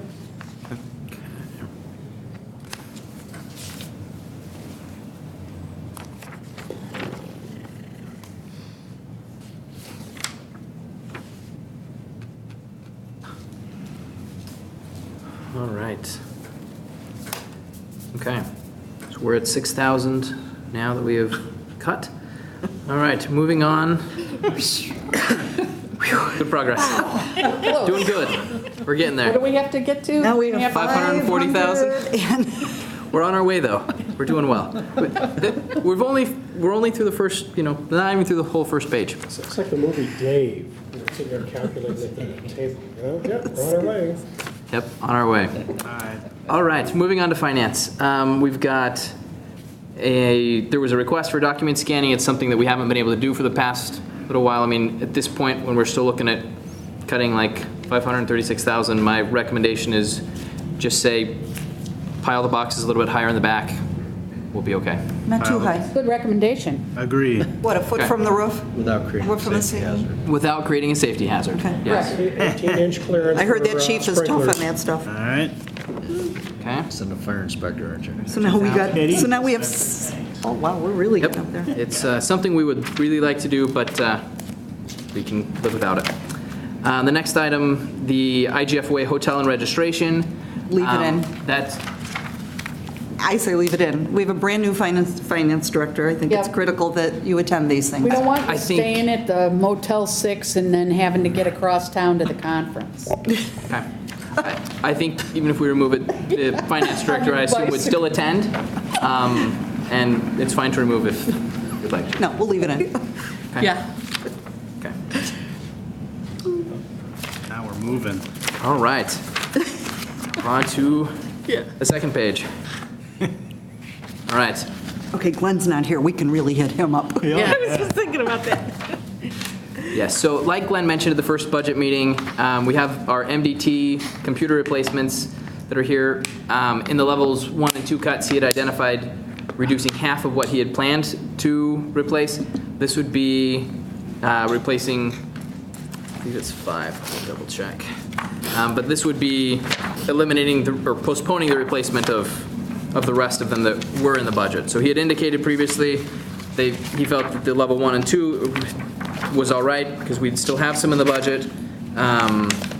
But this would be the elimination of these. And again, it's something he's indicated that, we could live without. He would like to be able to replace them, but, the other option is, as they fail, we can kind of cannibalize the ones we have left and replace them as needed.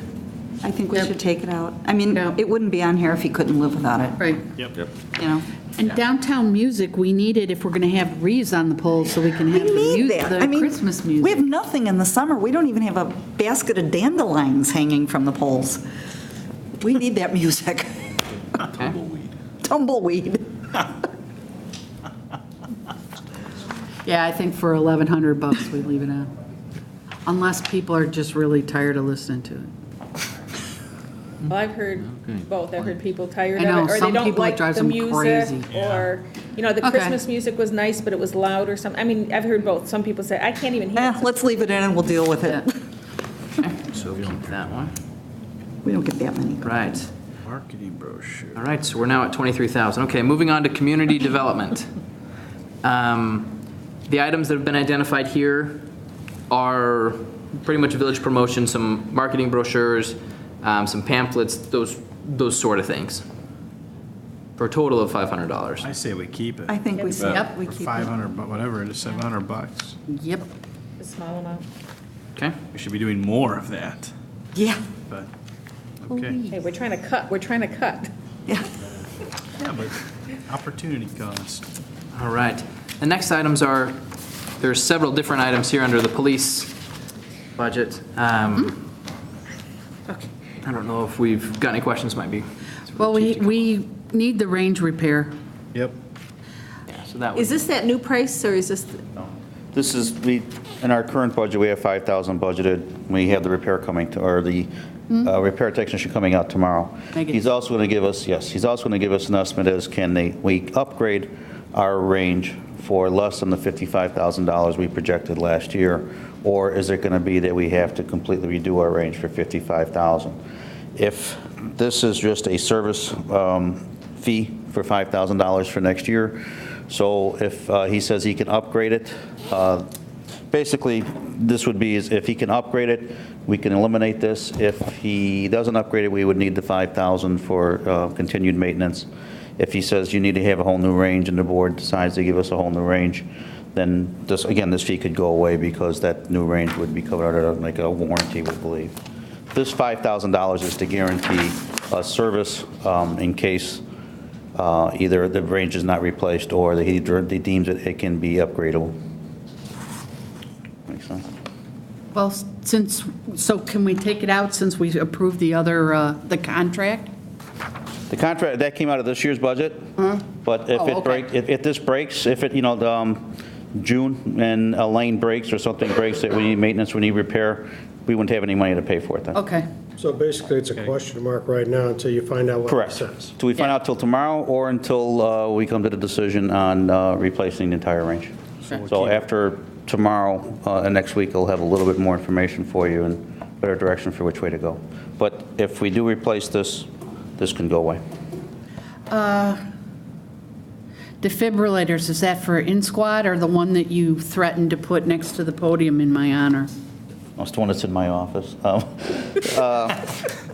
No, it's for the squad cars. Each defibrillator is approximately $2,000 a piece, and you're also going to see under page 2 of our level cuts, there's going to be operating supplies, batteries, and the defibrillator pads. The batteries have only a certain shelf life and or usable life, and the pads also expire, and it's very expensive. And so the decision was either we are in need of a defibrillator now. We have one that is down. We have no spares. All of ours are deployed. The option would be is if we decide to cut the defibrillators, we would keep them in the cars as long as we can, but eventually we would look to eliminate our defibrillator program.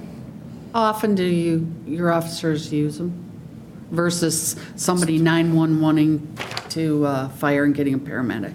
That's why we included this in there. I believe we've had times where the officers have deployed it with the pads. I want to say less than 10 times since the initial program was done, and I want to say, I'd have to check with Deputy Chief White or Lindrali, or Chief Weiss, sorry about that, or Lindrali. I believe the program's been there for maybe 9 years. And we've only had one at Burlington and Cass, where a gentleman actually had a heart attack where it actually activated and helped save the gentleman's life. Just happened to be right on the scene. However, we are fortunate in the fact that we live in an urban society, in an urban area, where our medics are, I believe the response time is under probably 2 minutes.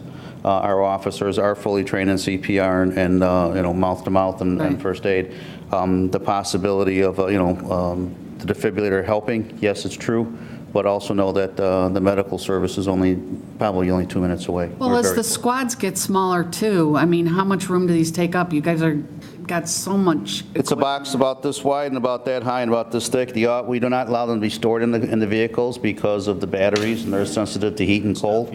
So the officer has to carry them in and out each day. We have one for each squad. He keeps them up in the front because, again, it can't be in the trunk of the car.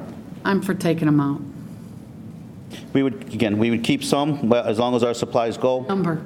Yes. Taking out the number. Yes. For both. It would be the $1,900 here, and also on page 2 then, it would be the $2,000 for the defibrillator pads and batteries. Yeah. So we still have some, this is just for extra. We have some of them, and as those start to either expire or wear out, they would be taken out of service until eventually we have none. Any chance of getting grants? We've looked and they're turning out. That's how we got them. We did get them with. That's how we got them. We got them all through a grant, but we're finding out it's very, very expensive to maintain these. We checked, there are no grants available. Okay. If one does come, we'll Try for it. definitely apply. Come on, can't our street department maintain them? Look, things good over there. The street department. Because we, I'm sure you got some extra panels because we're back there. going you with think, Steve? major expenditure of 2 pop detectives, I'm for postponing replacement of the AR-15s. We already, how many were already replaced in the last 2 years? We needed, We have 5 remaining. we have 5 remaining, and then our whole entire stock will be replaced. So again, it wouldn't be there if it wasn't something we couldn't live without. Okay, Something we don't want to, but it's something that we can do I'm for without. taking that out. General consensus? agree. Move that? That's good. Okay. Staff and command, is that the one at Northwestern? Yes, it's I say a, keep we it. currently send, Sergeant Gruen is in it right now. It's a 10-week program in Plainfield. He Mm-hmm. attends 2 weeks, is back for 2 weeks, attends the school for 2 weeks back. It's career development. Next year, Sergeant Gabrielski would be slated to go. Yeah. However, Lenny's career is still, I'd say, and it's not in its infancy, but he'll be with the department for some time. I think we could should keep it postpone in, that. though. I think we should keep it in too. Staff and command is good training for. It is. It's good. Again, it leads to career development.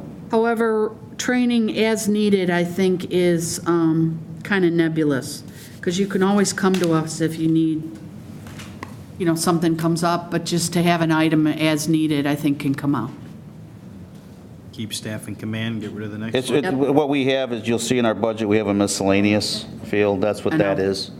We also have through the federal grant, federal drug account, not a grant, but we have some money coming into our equitable sharing federal drug account that we can use for training, and we're leaving $10,000 in there as a cushion. Yeah. So if something really came up that we really needed, we would go into that as well. Yeah, You want the reduction out?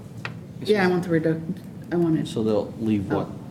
It's just a reduction, it's not a full. So leave, Well, you take 4,000 of the 5,500 out. I think what the proposal was, or what's listed on here, is the recommendation of dropping it from the 5,000 to the 4,000, which would be a savings of 1,525. Oh, okay. I mean, but it's obviously subject to the board's discretion. I want to whatever take it they out, choose. period. Tom? Yes. For example, last year, because I know you had that, we had a lot of discussion about it last year in your miscellaneous. Give us an example of what that training might be. What could come up? Use of force training. Dale Anderson use of force training could come up. We get the flyer this week. It's coming up in 2 months. It's a $100 class. We would use it towards that. What I have been doing, my goal has been trying to identify and separate out all our major training classes. You'll see use of force training. You'll see instructor certifications.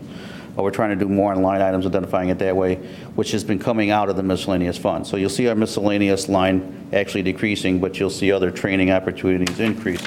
It's just moving money around. In this case, again, we have that cushion, but that fund is also going to be used for other things as well, too, if something comes up. Training is something that we've cut back on this year because it also involves the use of overtime, and we're trying to watch for that. However, we do send the officers, we do already have budgeted for all the mandatory training that we have to do, certifications and continued education that we need. However, there's some opportunities where a class comes up, it's very, very important to us, we would send an officer. It's hard to Don't you describe. strive for when those classes come up to concentrate on having somebody trained in-house to be an instructor in that, so that the training then becomes free from then on? Usually classes that we send, the office we send to, depending on the type of class, we have them come back and probably do train the trainer. We have mandatory training sessions for our officers that have to attend.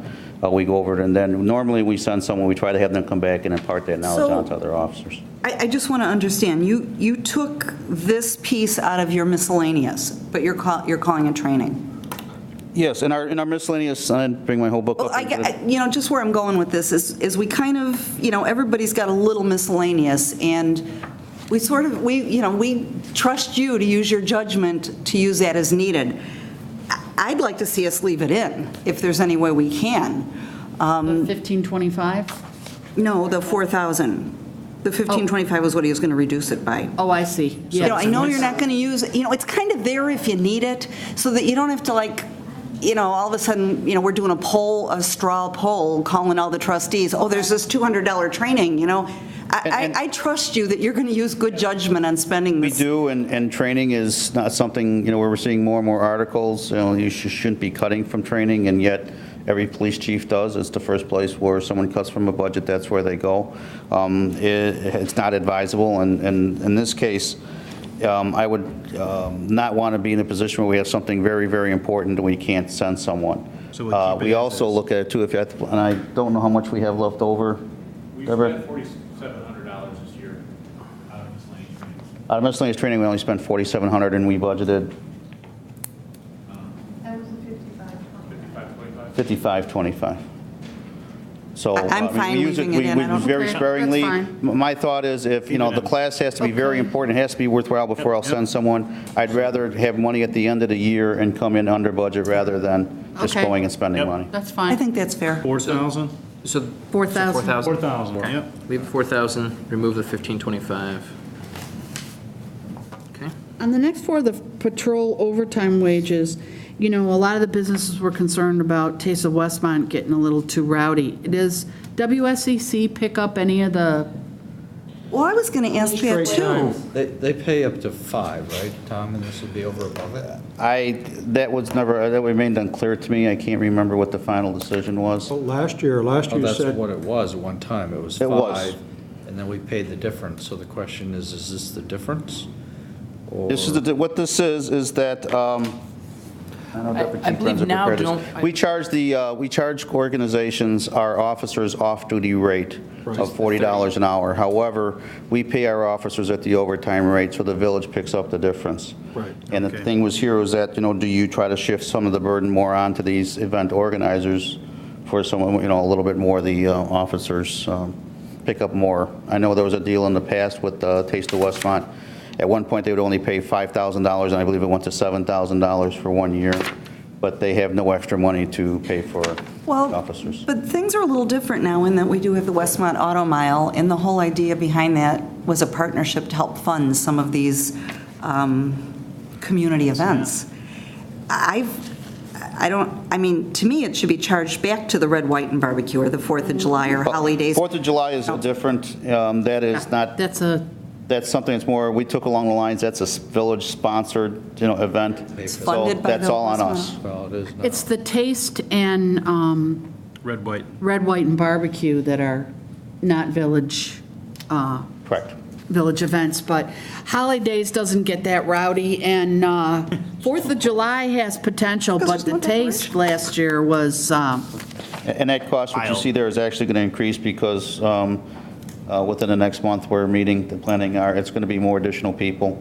We're going to plan on bringing officers in from other communities to assist us as well. yeah, well, because, I mean, the thing is, and I think if you check with other communities and events and that, I think you're going to find that, I don't think that the village shares the cost. They bring in outside, a lot of them bring in outside security Outside firms. security. I don't like that idea at all. Well, I no, don't but either, even the ones that use police officers, it's back charged. Right, To the event host. Yep. Yep. yep. So we're gonna keep I mean, there's, holidays, you know, 4th of July. there may be, I'm sure that there's going to be some grumbling, but, I mean, as trustee Seneca said, I mean, we've got funding going into these other places for this. So, I mean, if it's a, And I talked to Larry McIntyre, and, you know, and we had a discussion about, I voiced my displeasure with the whole vendor quality when it's chiropractors and gutters and, you know, that kind of thing, that I think it detracts from a lot of things. But he told me that WSCC needs the income that these vendors bring in buying their booth. Okay, I'll give you that, but, you know, if you're going to get riffraff there as part of the attraction of what you're having to offer, then you're going to have to pay for the cops that have to deal with it. I don't like this falling back on the village. No, so if we cut this to 0, it wouldn't be accurate to say reduce community activity, because what the board is suggesting is we, Well, the other thing is too, is the that, level of patrol and officer Yeah. involvement at I don't- what is proposed, but they would have to pay they'd have to pay it. Now, you know, you run the risk of 3 days of rain, and they don't have the money to pay you, and now it comes out, it's going to come out of our pocket anyway, same with the Red, White, and Barbecue and everything, but. Red, White, and I- Barbecue that happened, what we do is we have a set number of officers to be there. Red, White, and Barbecue, and Deputy Chief Renzo can correct me if I'm wrong on any of this, but the part of it is that if it's raining and the officer's not needed, we send the officers home, and we don't Right. bill them. Well, We the try to thing work is with them as much as we I can. don't think we reduce the budget at all on these items because we need the officers there. I'm just saying that Look for other ways to fund it. We're going to have to reflect that somebody's going to have to reimburse us. Yeah, be We're going to have to reimbursed. outlay the funds, but we're going to have to get reimbursed. Revenue adjustment. Right. We can adjust the revenue. Yep. Okay, so then to clarify, we're looking at fully billing our costs for the Taste of Westmont. Yep. And red, white, and barbecue. Red, white, and barbecue. Again, 4th of July is, we've always, that's our That's why we're responsibility. leaving because those it's- two out. Those are village functions. Days and 4th of July, okay. And holidays, we can try to reduce by using more on-duty personnel and EMA. It's more Well, than traffic just leave it the control. way it is.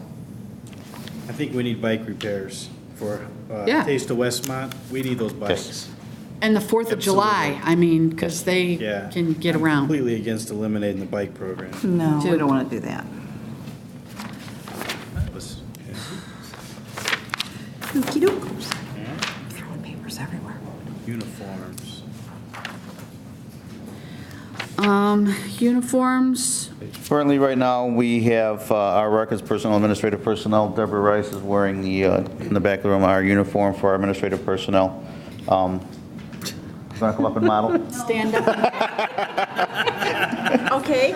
I think because, I don't agree with reducing it, because in your department, there's a lot of money spent on uniforms, there's a lot of money spent on uniforms in fire, even that's not technically uniform. We went through that in past years with the former chief about sweatshirts and all that. So I don't think Ms. Rice should have to buy her own. And not only that, but when someone comes to the police department, I want them knowing that they're talking to a representative from the police department, not someone Exactly. just dressed in Well, they're plain. required to have a Who are you uniform on. exactly? Thank you. Thank you. Ammunition, was that cut last year from prior year? No, we stayed at $12,000. We try to manage it. We bought simunitions in the hope of reducing shootings, or not shootings, reducing. Yeah, that'll, Well, That's yeah. always positive. That too. It would reduce shoots. Shoots. However, the simulations we're trying to build in replacement of shoots because they are two different types of scenes or scenarios. In this case, if we reduce that budget, we would look at, right now, our officers, we hold a shoot once a month. Our officers are required to shoot once every 3 months, and they have a qualification. If they don't, they can't carry their weapon. And so what we would do is we would look to relax that. You can ask what other towns do. It varies all over. State police requires that the troopers only qualify once a year with their weapons, as do other departments. I think that since that is such an important component of public safety and a law enforcement officer's job, that it's something that he must be fluent in and be proficient in. And we would do this, but it could come at a risk. I think we leave it. Leave It it. is. Well, I was thinking of turning them into Barney Fifes. They got one bullet and use it wisely. Yeah. Well, and with one steps we've also done too, I mean, all our cutting, before an officer would be able to go to the range, this was many years ago, and stay and shoot all day if he wanted to. And so we reduced it is that you go there and you qualify, maybe you qualify a second time to begin to be proficient more and more. If you want to come to every month shoot, that's fine, but we restricted that you just come and just shoot for as much as you Tom, want. we have a rule in my profession, when things are going your way, you, I'll sit down. Good idea, Chief. Are you going for the 12 then, or the 9, the revised amount? keep it at 12. Keep it. Keep it at 12. Okay, These forget the guys, revised. sharpshooters. I want them to be able to aim. They do. They shot Flat Stanley for me when he was tied to the target. Oops, I wasn't supposed to say that. The range trauma kit, is that in case, It's a first aid kit in case an officer be injured. We shoot at the outdoor Lamont range. First aid is, emergency response is a lot longer than 2 Was minutes. this a new expense? Yes. It was an expense it's that we good to asked have for. it, because, I think you need it. You should have it. Because sometimes people do dumb things Accidents do happen. which sure do. endanger others. I'm not saying the officer would do something, it's the people around them. Anything can happen. Right. All right, so the general consensus is to keep it? Yep. Okay. $300. I'm assuming We already talked the about bike we're keeping because we already discussed that. Yeah. Okay. And then just to verify back on the range, the plan is to keep it at this point. Back on the range? Back on the range. Back at the ranch. Yes, we're keeping it. Keeping the range, right? On the Okay. range. Yep. It's a general consensus, okay. All right. Moving on to. And we're not going to eliminate the bike program. Could I point something out? Did you notice that our new chief stood up and just looked at us and said, "We won't get our grants," and we all went, "Yes, sir," and that was all he said? And for his first speech? And just pointing that out, Give chief. them time.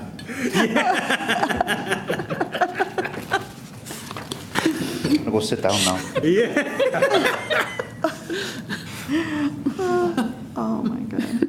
All right. This next item is the item that I mentioned, which is an additional item. This is newly presented to as the possibility of planning to not replace 1888.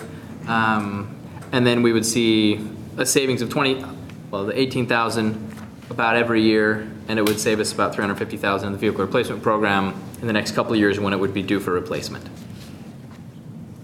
Not sure what the board's thoughts are on the communications vehicle. How old is it? 9. It's 16 years old. It's a 1996. We're See, I remember when it came. We're starting to have some maintenance issues and problems on it. It's still a valuable piece of equipment, but it is a large dollar item to replace in a replacement vehicle. Deputy Chief Conley is our communication specialist. He does have some additional information if you would like to hear that. Yeah. Yeah. Okay. Thanks, Chief. You hear me say chief? Good evening. Maybe a little misunderstanding of what 1888 is. So maybe there's two questions in front of you. One is sort of the need, and then the second question is who pays for it, right? There's sort of two levels. Spencer characterized 1888 as something, well, we don't use very much and is used a lot for maybe it's Division 10. That's partially true. But let me describe what 1888 is actually used for. 1888 is a command and communication vehicle, and fundamentally this is incident command and safety. And let me underline the word safety. What we do in that vehicle is accountability of all personnel on the scene, both by radio, by computer, and also by our SCBA, our air packs that automatically transmit information. That's the only place in the entire village that we have that equipment. Multiple radios, you've all been in it, you've all seen generally what it does. That's what we do for ourselves and for 18 departments in Mavis Division 10, also Oak Brook and Downers Grove, which are participants in that. We support the Fiat police and the Fiat operations, not as frequently, but certainly when we're called, we do that. The negotiators work out of the back, command works out of the front. Village emergencies, fortunately, we haven't had too many major emergencies in our village, but if you asked the manager from Downers Grove, Dave Fieldman, who's been in there, I think, 3 times in the last 3 months, or the manager from Romeoville, who was in there a couple months ago, I think they would tell you it's a pretty valuable asset. It's used for special events where you see it most, taste and those kind of things. Mm-hmm. Those are non-emergency. They're good coordination place. It's where weather is monitored, a number of other things, but it's not really the A1 emergency purpose for it. A couple things that most people don't understand is it's also used as a backup dispatch center. Historically, it had been used when the Westmont Police Center went down. It's been used several times when the Tri-State Dispatch Center went down, which is also our Mavis Dispatch Center. And it's on a plan to be used for Downers Grove, and it had been dispatched to Downers Grove. The last one, which is kind of new, is there are certain situations where 911 can actually fail to transfer, meaning you can only pick up 911 calls in a specific location. I won't disclose where those locations are, but let's just say they're in Downers Grove and Hinsdale, generally speaking. Without something like 1888, the way that's done is somebody goes over there with a portable radio or a phone and stands outside and plugs in a phone. And if it's 20 degrees below zero, that's who's answering your 911 phone calls.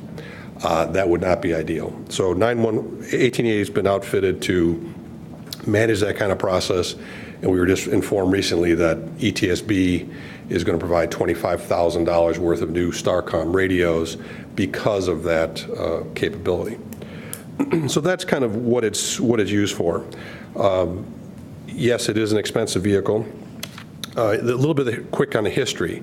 The history of this is that about 15 years ago, and give credit to former fire chiefs, we'll call them Prince for the sake of discussion, was progressive with many other fire chiefs and said, look, we can't all keep doing everything. We can't all do hazmat, and all do dive, and all do communications, and all do investigation, and pay for this very expensive equipment.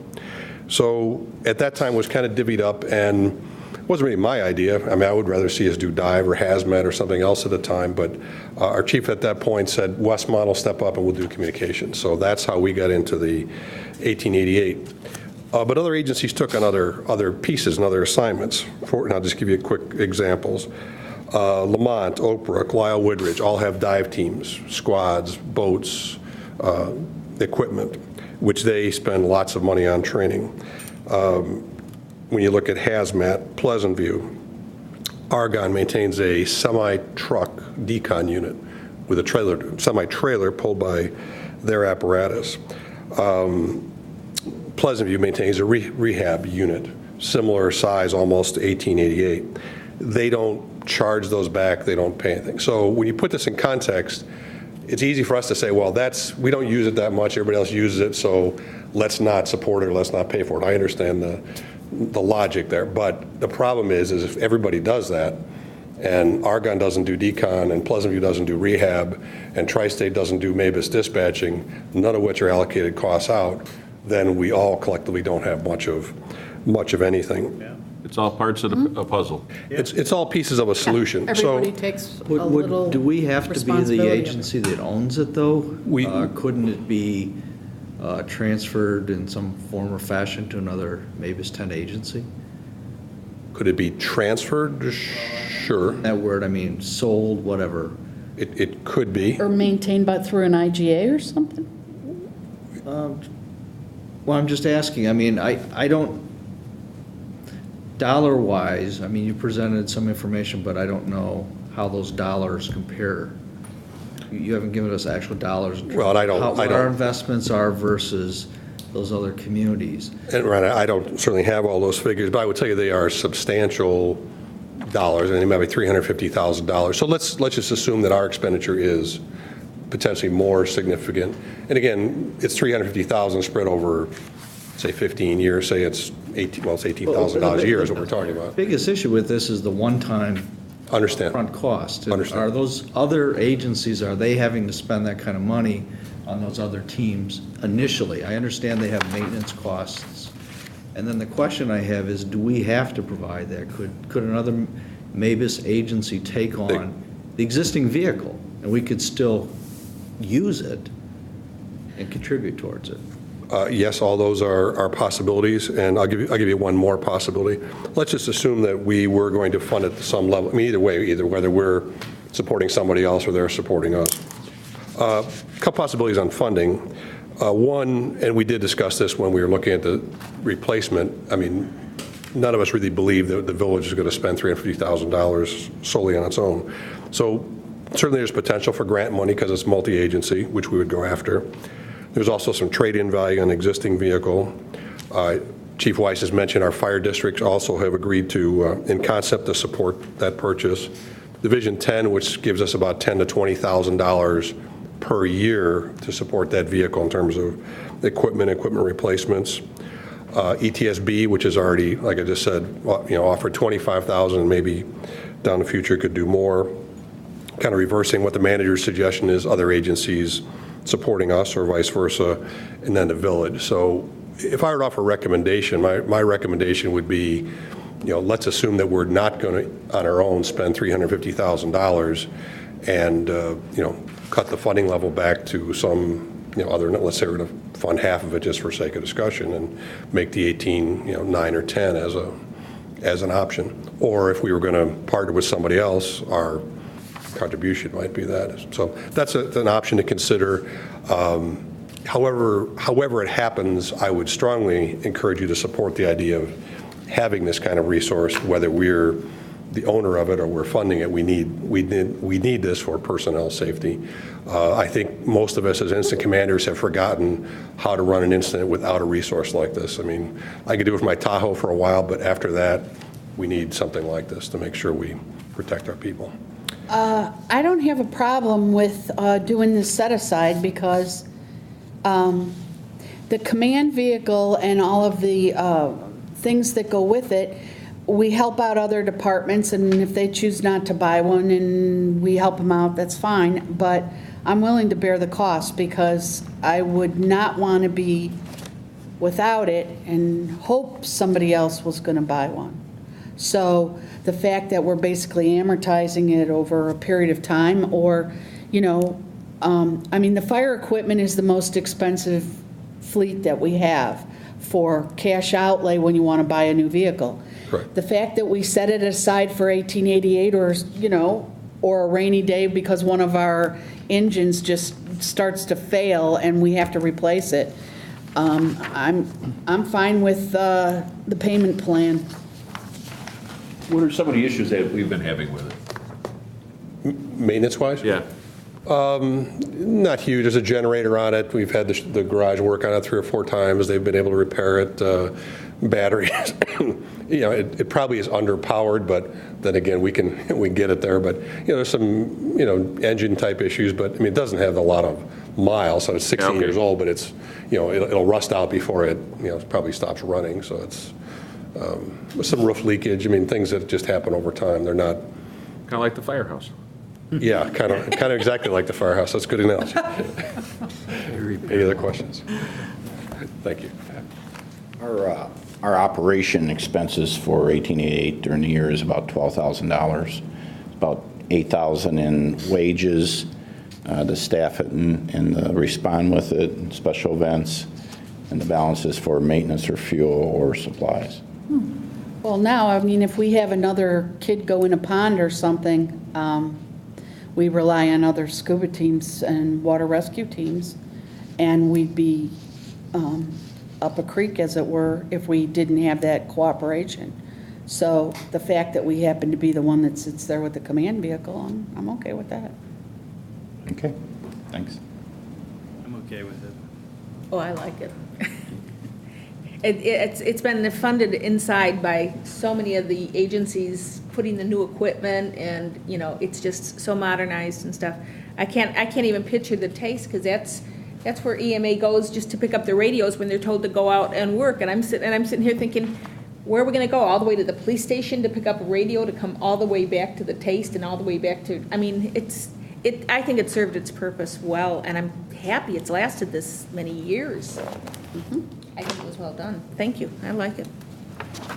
So any interest in having any of our fire protection districts or any other entities contribute at all to it, or just fund the full $350,000? We aren't asked to help fund anything else that anybody has that we don't have, correct? Chief, what do we pay into Mavis 10, and how does that compare to what other communities or other agencies? Well, all the agencies, the 18 departments pay an annual dues of $3,500. And then all the departments pay an annual fee of $1,000 to Mavis Division 10 for hazmats. And then if the departments do not supply 2 technical rescue personnel, they have to pay $1,500 per person, so $3,000 additional to Mavis Division. We have 1 personnel that we supply. We're training a second one, but this last year or this year, we had to pay $1,500, that $1,000 plus the $3,500. So that's the cost that we had. Again, what is Mavis giving back? How much is it towards the 1888? They budget in their budget every year between $10,000 and $15,000 in equipment. We have had some special requests that Deputy Chief kindly has gone to them and requested additional funding, which they have funded. Okay. And do the fire protection districts that we serve, North and South? Yeah, the north and south, are they contributing? Have they indicated. They were setting money aside, right, for That's my understanding. purchase of a new vehicle? Is that what? Both North and South Fire Districts has been setting aside some money the last 5 years, each of them $50,000 each, put towards the communication van. They have informed me that if it is not used towards that they want it to go towards ambulance, engine, or other equipment. But there is $100,000 there. So it's 50,000 each year? 50,000 from each. They accumulated 5,000. They've accumulated $50,000 in the last 5 years. Set aside like. Get ready to buy a new one, we would get that, and they're going to continue to contribute towards that? That's correct. Okay. 100,000. That's good. That's what's there now, right? Correct. But that'll It's not due to be replaced for 2 more years. Yeah, okay. Right, and then when we start looking at replacing the next one 20 years later, the assumption is they would also contribute some portion of it. Well, I'm not sure if the districts will be around then or not, because there's a push right now to try to eliminate all the paper districts. Okay. They're also underneath some pressure from DuPage County to use this $50,000 up as soon as possible. So I know one of the districts said they want to use it real quick. So I don't, if they're forced to do that, that money may have to go towards something else, and I don't know how much they'll be able to put aside then in 2 years to go towards a van. Okay. So the county is Kind of when we pressuring get it. them to spend their balances. Yes. That have Would been like them to set keep the aside. balances. Brilliant. Yeah. Right. And one of the districts has a lot of money set aside, and they're forcing them to spend it. We have it, but as an ongoing basis, we wouldn't want to rely on them. We'd want to make sure we can still fund it ourselves, continue setting aside the 18,000 each year. Yep. Okay. We have to, because, Yep, that's- I mean, with this makes push sense. for massive consolidations of districts too, Yeah. we don't know what's going to be around in the next 3 to 5 years, so we have to plan on funding it ourselves. Sounds good. Okay. Keep that one. Moving on to Public Works. We've already indicated interest in keeping Plaza Fountain. Yeah. All right, so just to clarify, keep the numbers up, we've already cut right about 41,000, so that's where we are at this point. Okay, terrazzo flooring at the Village Hall. These are just ongoing maintenance that in a different time we used to do annually, and it's already 2 years past due. So it's those professional services that we can't do in-house. Floor cleaning, carpet cleaning is also a safety issue. Right. Yes. Maybe we can cut it a little, but it's negligible, because that stuff all has to be done, and just like the loose carpets have to be cleaned to make sure that they're not starting to curl for trip hazards and Yeah, all of that there stuff. are certain activities that we do and we can do in-house and do daily, and there are other ones that will actually borrow equipment from the Park District and do more aggressive floor maintenance. But this is to do, like the terrazzo, it's a complete stripping of all of it and redoing it. So these are kind of lump sums for one application, so it would be like all or nothing, I guess is what I'm saying.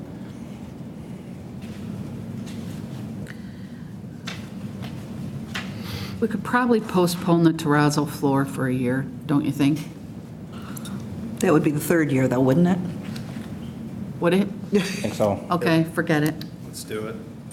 Can we go down to the 2 big ticket items, because the others are negligible and we certainly need. They are. I do want to point out the floor outlet we'll probably be doing next week, so it'll You be in need the that. current budget. Yeah. And it will not need to be in the future budget, so Okay. that should come out.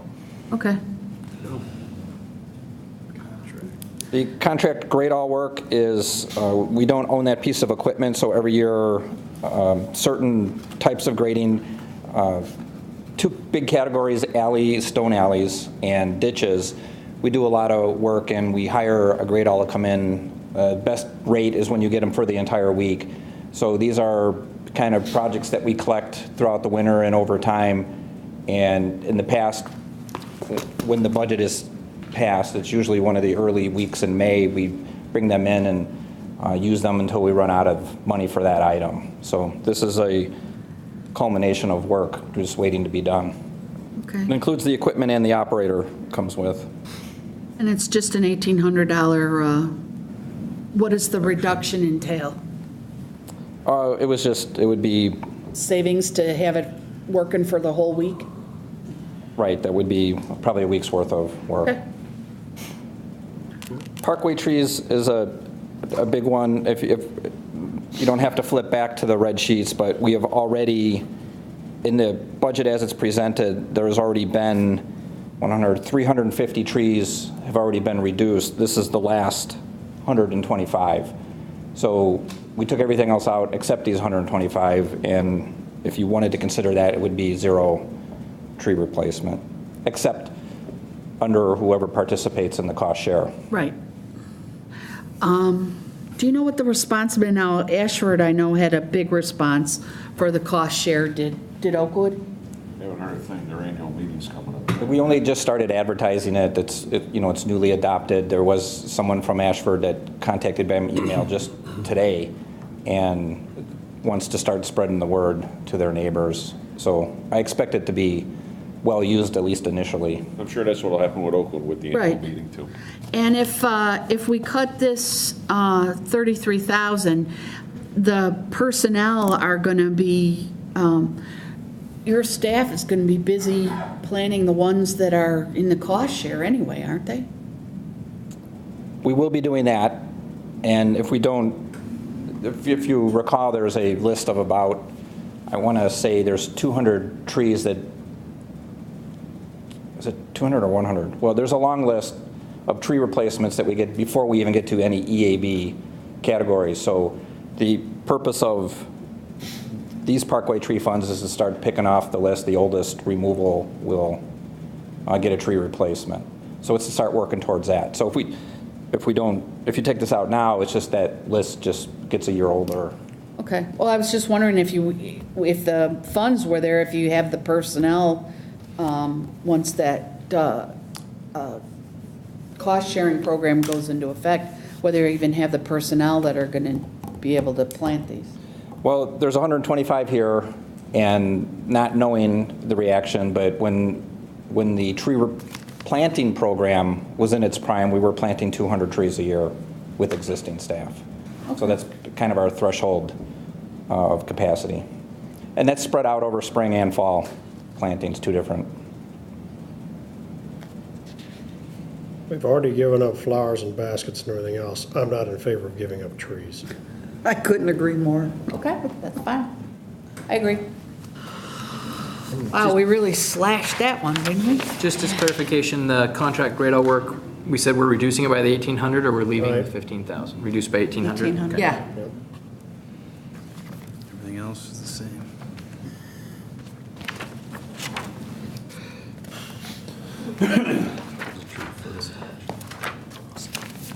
Steve, did you say the floor outlet that you're doing now, so we take it off I this think one? Yeah, as, it comes out. I guess we left that in The because 750. I want to say next week, that might be done. So it's on this budget, and so we don't need it Yes, here? that was right.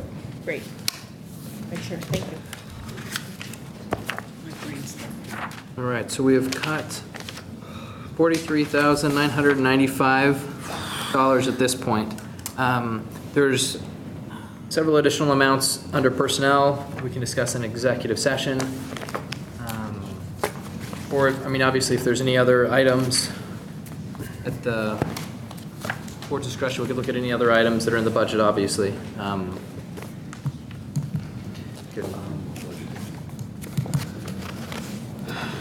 there any more questions at this point in time? budget workshops. I don't think we'll know till we finish the next piece. Does everybody feel we need to digest more of this after we go into executive session? Another We had kind of evening or what? penciled on our calendars, correct me if I'm wrong, Spencer, but the 23rd and the 27th were dates that we had said, well, if we needed additional workshops. Yeah, let me check the calendar real quick. 23rd and 27th? Yeah, that's what I had in my notes, but. Yeah, 23rd would be a Monday, and then the 26th would be the Thursday, the 27th would be a Friday. 23rd is next Monday. 26th. Right. We could do it next Monday, next Thursday, because it's the week that we don't have any regular scheduled board meetings. We should probably schedule it and you can always cancel it. You want us to go ahead and put notices out for both? For which dates? Monday and Thursday? I think just Thursday. Just Thursday? We don't need two. No. Okay. Just need one. For Thursday or Monday? We'll just commit to wrapping it up then so that we can not be as late as we were last year. Well, we'll still be on target with. Yeah, what we're we'll be okay by the end of May, right? Assuming there isn't We should be okay. another one after that. So we're going to go tentatively for the 27th? The 27th? 26th, Thursday. I guess I Thursday, the 26th. Thursday. Okay. Everybody in agreement? 7 o'clock? Yep. 7 o'clock. I'd be happy to start earlier. In that case, I will entertain a motion to go into executive session for personnel. So moved. Second.